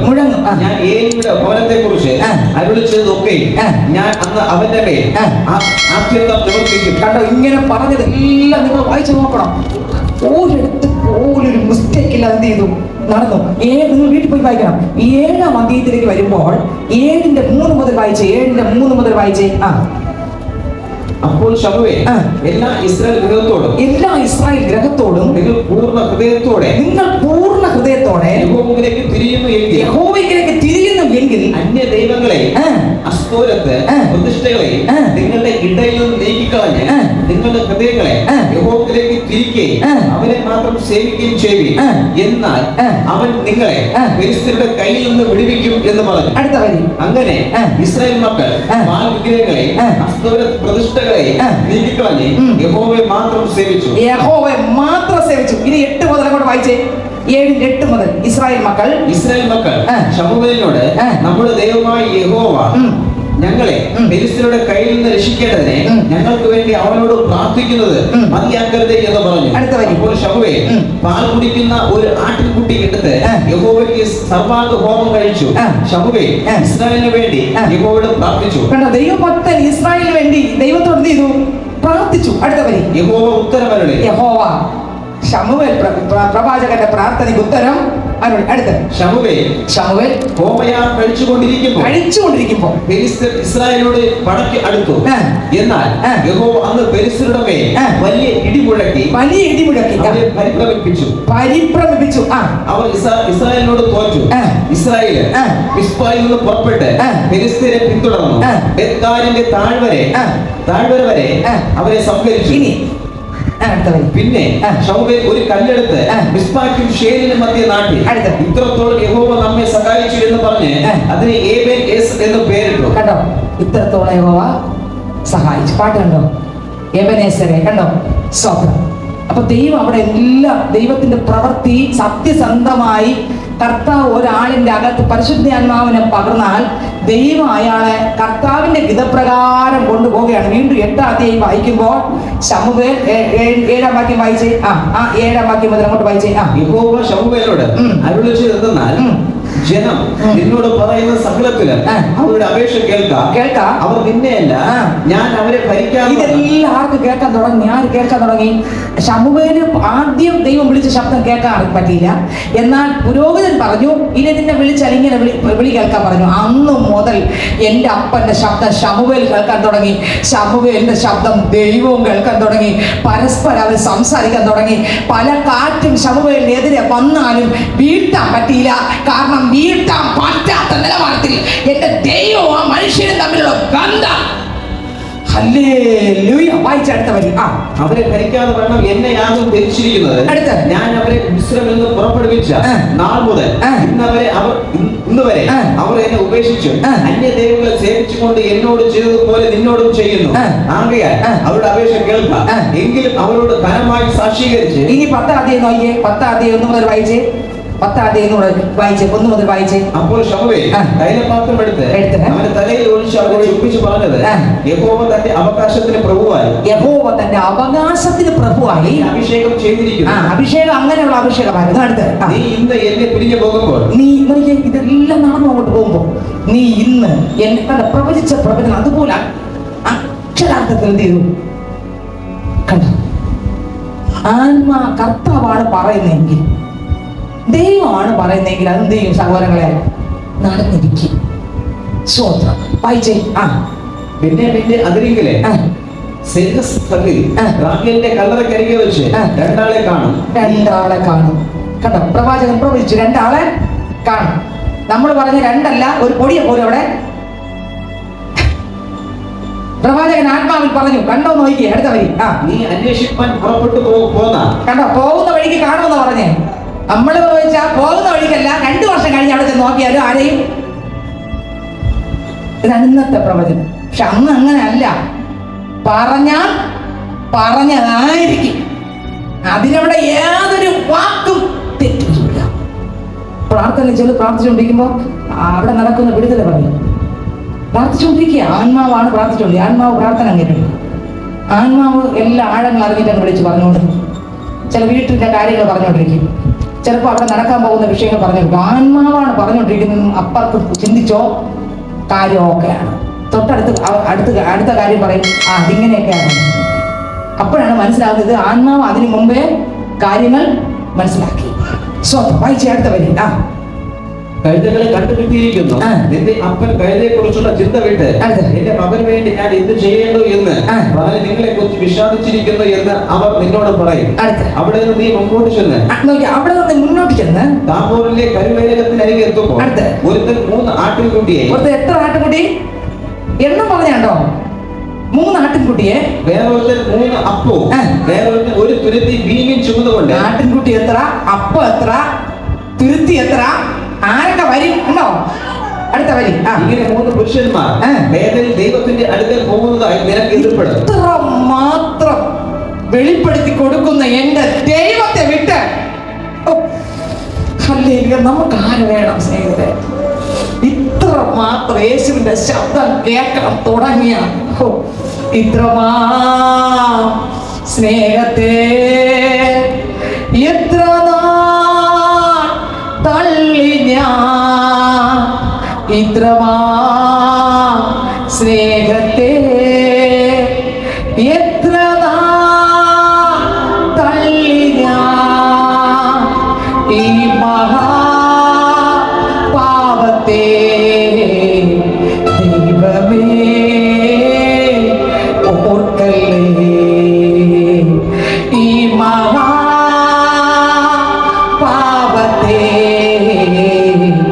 യേശുവേ ഓർക്കല്ലേ. ഹല്ലേലൂയ. അടുത്ത വരി വായിച്ചേ. അവർ നിന്നോട് കുശലം ചോദിക്കും, നിനക്ക് 2 അപ്പവും തരും. കുശലം ചോദിക്കുന്നത് പോലും പ്രവാചകൻ പ്രവചിച്ചു. അടുത്ത വരി. 2 അപ്പം തരും, അതുപോലും പ്രവചിച്ചു. അടുത്ത് നീ അത് അവരുടെ കയ്യിൽ നിന്ന് വാങ്ങിക്കൊള്ളണം.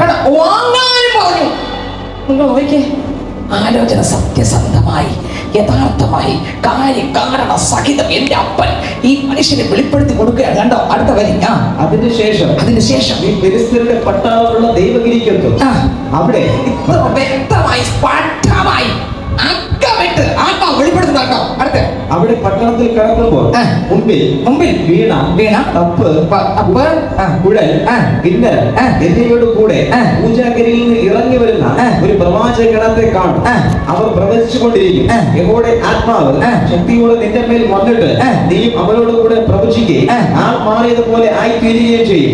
ഈ അടയാളങ്ങൾ നിനക്ക് സംഭവിക്കുമ്പോൾ യുദ്ധമെന്ന് തോന്നുന്നത് ചെയ്യുക, ദൈവം നിന്നോട് കൂടെ ഉണ്ട്. കണ്ടോ, ഹല്ലേലൂയ. ഇതതുപോലെ ഒരു പ്രവചനം പോലും നടക്കാതെ പോയിട്ടില്ല. ആരംഭം മുതൽ അവസാനം വരെയും ദൈവം മനുഷ്യൻ യേശുവിന്റെ ശബ്ദം കേൾക്കാൻ തുടങ്ങിയ അന്ന് മുതൽ ആ മനുഷ്യൻ ക്രിസ്തുവിൽ വളരാൻ തുടങ്ങി, ക്രിസ്തുവിൽ നിറയാൻ തുടങ്ങി, ആത്മാവിൽ ജ്വലിക്കാൻ തുടങ്ങി. അയാളെ തകർക്കാൻ ആർക്കും കഴിഞ്ഞില്ല. കർത്താവിന്റെ ആത്മാവിൽ ആരംഗീകരിച്ചാലും ആരംഗീകരിച്ചില്ലെങ്കിലും ദൈവം ഏൽപ്പിക്കുന്നത് അത് വിശ്വസ്തയോടെ ഓരോ ഭാഗത്തും അപ്പന്റെ മഹത്വത്തിനായിട്ട് ഒന്നും അയാൾക്ക് പറയാനില്ല, പുകഴാനില്ല. അവസാനം വരെ ദൈവഭാഗത്ത് വീട് കടന്നു. എന്നെ കേൾക്കുന്ന ദൈവത്തിന്റെ പൈതലെ, 1 യോഹന്നാൻ ലേഖനം വായിക്കുമ്പോൾ അതിനകത്ത് എഴുതിയിരിക്കുന്നു 5-ാം അധ്യായം എന്നാണ് എന്റെ ഓർമ്മ. 1 യോഹന്നാൻ ലേഖനം അതിന്റെ 4-ാം അധ്യായം 1-ാം വചനം വായിച്ചേ. പ്രിയമുള്ളവരെ പ്രവാചകന്മാർ പലരും ലോകത്തിലേക്ക് പുറപ്പെട്ടിരിക്കുക. ഏത് ആത്മാവിനെ വിശ്വസിക്കാതെ ആത്മാക്കൾ ദൈവത്തിൽ നിന്നുള്ളയോ എന്ന് ശോധന ചെയ്യും. ദൈവാത്മാവിനെ മതി. ഹല്ലേലൂയ. ആത്മാക്കൾ ദൈവത്തിൽ നിന്നുള്ളത് അല്ലെങ്കിൽ വൃദ്ധന്മാരെയും കൂടെ എന്ത് ചെയ്യും? തെറ്റിച്ചു കളയും. ഹല്ലേലൂയ. അപ്പോ ക്രിസ്തുവിൽ തെറ്റാതെ ഓടണം എന്താണ് വേണ്ടത്? ആൾക്കാർ അവരോട് പറയണല്ലോ, ഒരു മനുഷ്യനെ നമ്മൾ ബുദ്ധി പറയണ്ട. പിന്നെ എന്നിൽ അപ്പന്റെ കൃപ നിറഞ്ഞുകൊണ്ടിരുന്നാ മതി. ഞാൻ നിറയാൻ തുടങ്ങുമ്പോൾ ആത്മാവ് എനിക്ക് എല്ലാം പറഞ്ഞു തരും. ആത്മാവ് എന്റെ ജഡത്തെ കീഴ്പ്പെടുത്തും. ആത്മാവ് എനിക്ക് സത്യം വെളിപ്പെടുത്തി തരും. വചനത്തിലൂടെ എന്നെ കൊണ്ടുപോകും. ഓരോ കുറവുകൾ വരുമ്പോൾ ആത്മാവ് ഇറങ്ങി ജഡത്തെ മരിപ്പിക്കാൻ ശക്തി തരും. ഓരോ നിമിഷവും ക്രിസ്തുവിന്റെ ശബ്ദം കേൾക്കാൻ തുടങ്ങും. പാപ മനുഷ്യൻ എന്നുള്ള ആ അനുഭവത്തിൽ നിന്ന് രക്ഷപ്പെടാൻ കർത്താവിന്റെ ആത്മാവ് നമ്മളെ ജഡത്തിന്റെ പ്രവർത്തികളെ കീഴടക്കാൻ വേണ്ട ശക്തി തന്നുകൊണ്ടിരിക്കും. അപ്പോസ്തലന്മാർ അങ്ങനെയാണ് ഓരോ സെക്കൻഡ് ജഡത്തിന്റെ പ്രവർത്തികളെ കീഴടക്കിയതും. അവരെ കഴിവല്ല. അവർ പറയുന്നു, കൊരിന്ത്യർക്ക് ലേഖനത്തിൽ പറയുന്നു, ഞാൻ മറ്റുള്ളവരോട് പ്രസംഗിച്ച ശേഷം ഞാൻ തന്നെ കൊള്ളരുതാത്തവനായി തീരാതിരിക്കേണ്ടതിന് എൻ്റെ ശരീരത്തെ ദണ്ഡിപ്പിച്ച് എന്ത് ചെയ്യുന്നു? എൻ്റെ ശരീരത്തെ ദണ്ഡിപ്പിച്ച് എന്ന് വെച്ചാൽ ഇടിയടി കൊടുത്തതാണോ? അല്ല, ആത്മാവിനെ നിറച്ച് പ്രാർത്ഥനയ്ക്ക് വേണ്ടി മുട്ടുമടക്കി. 1 കൊരിന്ത്യർ 9 അതിന്റെ 23 മുതൽ വായിച്ചേ. എല്ലാവർക്കും എല്ലാമായി തീർന്നു സുവിശേഷത്തിൽ ഒരു പങ്കാളിയാകേണ്ടതിന് ഞാൻ സകലം സുവിശേഷ നിമിത്തം ചെയ്യുന്നു. ഓട്ടക്കളത്തിൽ ഓടുന്നവർ എല്ലാവരും ഓടുന്നു എങ്കിലും ഒരുവനെ ബിരുദ പ്രാപിക്കുന്നു. ബിരുദ പ്രാപിക്കുന്ന ആരാണ് ബിരുദ പ്രാപിക്കുന്നത്? ഒരുവൻ യേശുവിൽ ഓടുന്നു. അവന് മാത്രമേ ബിരുദുള്ളൂ. അല്ലാത്ത ഒറ്റ വ്യക്തിക്ക് ബിരുദില്ല. ഓടാം. ഇന്ന് ഓട്ടക്കളത്തിൽ ഒരുപാട് ലക്ഷങ്ങൾ ഓടിക്കൊണ്ടിരിക്കുക. പക്ഷെ ക്രിസ്തുവിൽ ഓടുന്ന വ്യക്തി എവിടെ കാണും? ഉറപ്പായിട്ട് എത്തേണ്ടടുത്ത് ഓടിക്കൊണ്ടിരിക്കുക. സ്തോത്രം. ഒന്നുകൂടെ വായിച്ചേ. ഓട്ടക്കളത്തിൽ ഓടുന്നവർ എല്ലാവരും ഓടുന്നു എങ്കിലും ഒരുവനെ ബിരുദ പ്രാപിക്കുന്നു. അറിയുന്നില്ലേ? നിങ്ങളും പ്രാപിപ്പാൻ തക്കവണ്ണം ഓടുവേ. അടുത്ത് നമ്മൾ എങ്ങനെ ഓടണം? ക്രിസ്തുവിൽ ഓടണം. അടുത്ത് അംഗം വരുന്നവരൊക്കെ സകലത്തിൽ വർജനം ആചരിക്കുന്നു. അതോ അവർ വാടുന്ന കിരീടവും നാമോ വാടാത്തതും പ്രാപിക്കേണ്ടത് തന്നെ. നമ്മൾ പ്രാപിക്കുന്ന കിരീടം വാടാത്തതാണ്. അടുത്തത് ആകയാൽ ഞാൻ നിശ്ചയമില്ലാത്ത വണ്ണമല്ല ഓടുന്നത്. കണ്ടോ, ഞാൻ എങ്ങനെയല്ല ഓടുന്നത്? നിശ്ചയമില്ലാത്ത വണ്ണമല്ല എന്ന് പറഞ്ഞാൽ ഒരു ശിശു ഓടുന്നത് പോലല്ല. എന്റെ അകത്ത് കർത്താവ് നിറഞ്ഞ എന്റെ ജഡത്തെ കീഴടക്കി ആത്മാവിന്റെ ശബ്ദം കേട്ടാണ് ഓടിക്കൊണ്ട് നിശ്ചയമുള്ള ഓട്ടം. ആത്മാവിനനുസരിച്ചുള്ള ഓട്ടം. അമ്മേ, നിങ്ങൾക്ക് മനസ്സിലാവുന്നുണ്ടെന്ന് എനിക്ക് അറിഞ്ഞുവിടാം. നിങ്ങൾക്ക് ആരാധിക്കാൻ പറ്റത്തില്ല, അങ്ങനെയാണോ ചിന്തിക്കുന്നത്? അല്ല, ഈ വചനം നമുക്ക് വെളിപ്പെട്ടില്ലെന്നുണ്ടെങ്കിൽ നമ്മൾ കാറ്റിൽ തെറ്റിപ്പോവും സഹോദരങ്ങളെ. അല്ലേ ലൂയ, ദൈവത്തിന് സ്വന്തം വായിച്ചേ. ആകാശത്തെ കുത്തുന്നത് പോലെയല്ല അല്ല ഞാൻ മുഷ്ടിയുദ്ധം ചെയ്യുന്നത് മറ്റുള്ളവരോട് പ്രസംഗിച്ച ശേഷം ഞാൻ തന്നെ കൊള്ളരുതാനായി പോകാതിരിക്കേണ്ടതിന് എന്റെ ശരീരത്തെ ദണ്ഡിപ്പിച്ച് അടിമയാക്കുകയത്രേ ചെയ്യുന്നത്. മതി. ഹല്ലേലൂയ. ഇന്ന് ആത്മാവിനാൽ നിറച്ച് പാപ മനുഷ്യനെ ദണ്ഡിപ്പിച്ച് ആ പാപ മനുഷ്യനെ മരിപ്പിക്കാൻ എത്രയൊക്കെ ആഗ്രഹമുണ്ട്. കർത്താവേ, എന്നിൽ അങ്ങ് നിറയണം. അപ്പാ, എന്നിൽ അങ്ങ് നിറയണം. അങ്ങ് നിറയുന്നിടത്തോളം കാലം ഒരു ശക്തിക്ക് എന്നെ തകർക്കാൻ കഴിയത്തില്ല. കർത്താവെ, അങ്ങ് നിറയാതിരുന്നാൽ കാറ്റിന്റെ ഓരോ ഉപദേശത്തിന്റെ കാറ്റിനാൽ ഞാൻ വീണ് പോകും. ഞാൻ നിലനിൽക്കാൻ പറ്റാതാകും. അതും ഇതും കേൾക്കുമ്പോൾ ഞാൻ തളർന്നു പോകും. ഏത് സത്യം അറിഞ്ഞുകൂടാതെ ഞാൻ വിട്ടുപോകും. പക്ഷെ ആത്മാവ് എന്റെ അകത്ത് നിറഞ്ഞുകൊണ്ടിരുന്നാൽ കർത്താവ് എന്നെ നടത്തും. ഞാൻ ഒതുങ്ങി കൊടുത്താൽ മതി, ഞാൻ ഏൽപ്പിച്ചു കൊടുത്താൽ മതി, ഞാൻ മരിച്ചു കൊടുത്താൽ മതി, ഞാൻ തകർന്നാൽ മതി. അതുകൊണ്ടാണ് യോഹന്നാന്റെ സുവിശേഷത്തിൽ പറയുന്നത്, ഗോതമ്പ് മണി നിലത്ത് വീണ് ചത്തില്ലെങ്കിൽ അങ്ങനെ തന്നെ ഇരിക്കും, നിലത്ത് വീണ് ചത്തു എങ്കിലോ വളരെ ഫലം ഉണ്ടാകും. അയ്യോ, യേശു അങ്ങനെ തന്നെ ഇരുന്നെങ്കിൽ ഒരു വ്യക്തിക്ക് നിത്യരക്ഷ കിട്ടത്തില്ലായിരുന്നോ? പാപമോചനം കിട്ടത്തില്ലായിരുന്നോ? യേശു പൂർണ്ണമായിട്ട് മരിച്ചു കൊടുത്തപ്പോൾ ഏത് പാപിക്കും യേശുവിലൂടെ നിത്യജീവൻ ഉണ്ടായി. അങ്ങനെയെങ്കിൽ എനിക്ക് ആ നിത്യജീവൻ പ്രാപിച്ച് ക്രിസ്തു യേശുവിന്റെ ജീവനായി ജീവിതമായി എന്നിലൂടെ മുന്നോട്ട് പോകണം. ക്രിസ്തുവിൽ പോകണമെങ്കിൽ സഹോദരങ്ങളെ, ഞാൻ ചാകാത്തടത്തോളം കാലം എൻ്റെ ജീവിതത്തിനകത്ത് തീരുമാനിച്ച് ഒരു വഴിയാകാന്നല്ലാതെ ഒന്നും നടക്കത്തില്ല. തീരുമാനം എടുക്കുന്ന ഞാൻ, സക്കായിയെ പോലെ ആഗ്രഹിക്കുന്ന ഞാൻ, വിശ്വസിക്കുന്ന ഞാൻ, അപ്പാ അതെ ഞാൻ മരിച്ചു, ഞാൻ അല്ല യേശുവിലാണ്, യേശുവാണ് എന്ന് വിശ്വസിക്കുന്ന ഞാൻ.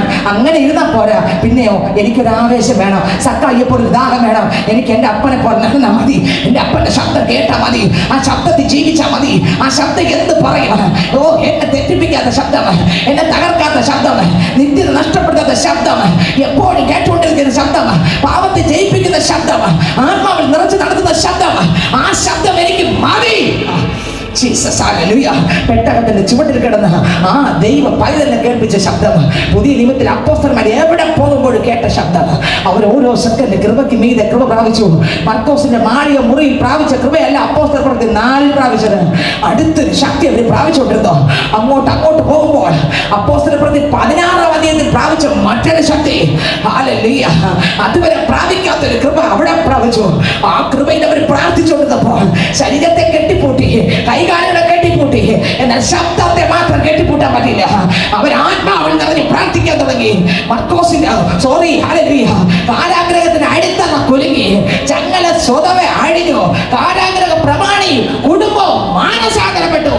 അഭിഷേകം കാരാഗ്രഹം നിറഞ്ഞ്, അഭിഷേകം അപ്പോസ്തലന്മാരെ നിറഞ്ഞ് അവിടെ ഞങ്ങളെ പൊട്ടിച്ച്, അഭിഷേകം കാരാഗ്രഹത്തിന് ഞങ്ങൾ ഇറങ്ങി, ആ റൂമിന്റെ ഞങ്ങളെ പൊട്ടിച്ച്. നിങ്ങൾക്ക് എത്ര മനസ്സിലായി? അഭിഷേകം കാരാഗ്രഹത്തിന് അടിത്തറയിൽ ഇറങ്ങി, അടിത്തട്ടിനെ കുലുക്കി, ആ ഭൂമിയെ ഇളക്കി, അതിന്റെ താഴ്വേരിനെ പൊളിച്ച്.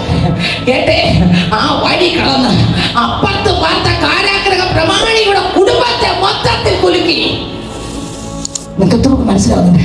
അഭിഷേകത്തിന് ശക്തിയില്ല, അഭിഷേകത്തിന് ശക്തിയുണ്ട്. എനിക്കൊരു ശക്തിയില്ല, പക്ഷെ എന്റെ അകത്തിരിക്കുന്ന അഭിഷേകത്തിന്. നിങ്ങൾക്കൊരു ശക്തിയില്ല, നിങ്ങൾ വിട്ടുകൊടുക്കാൻ ഒരുക്കമാണോ? നിങ്ങൾക്കൊരു ശക്തിയില്ല, പക്ഷെ നിങ്ങളുടെ അകത്തിരിക്കുന്ന ശക്തിക്ക് സകലവും ചെയ്യാൻ നമ്മിൽ വ്യാപരിക്കുന്ന ശക്തിയാണ്. ഇതൊരു ഉപദേശമല്ല, നമ്മിൽ വ്യാപരിക്കുന്ന ഒരു ശക്തി, സകലവും ചെയ്യാനുള്ള ശക്തി. അത് എന്റേതല്ലെന്ന്, സ്വർഗ്ഗത്തിലതെന്ന്. ഹല്ലേലൂയ, ആമേൻ. നാം ചോദിക്കുന്നതിലും നിനയ്ക്കുന്നതിലും അത്യന്തപരമായി ചെയ്യുവാൻ നമ്മിൽ വ്യാപരിക്കുന്ന ശക്തിയാൽ കഴിയുന്നവരെ. ഹല്ലേലൂയ. ഫിലിപ്പിയരിലുണ്ട് ആ വാക്യം. എന്നെ കേൾക്കുന്ന ദൈവത്തിന്റെ പൈതലേ, നാം ചോദിക്കുന്നതിലും നിനയ്ക്കുന്നതിലും അത്യന്തപരമായി ചെയ്യുക നമ്മിൽ ശക്തി വ്യാപിക്കുന്നുണ്ട്. ആ ശക്തി ദൈവത്തിൻ്റെതാണ്. നമ്മുടെ ശക്തി മരിക്കുമ്പോൾ ആ ശക്തി കയ്യെ കെട്ടിയ അപ്പോസ്തലന്മാരുടെ, കാലുകളെ കെട്ടിയ അപ്പോസ്തലന്മാരുടെ ശരീരത്തെ കീറി മുറിച്ച് തലമുറയ്ക്കകത്ത് വലിച്ചെറിഞ്ഞു.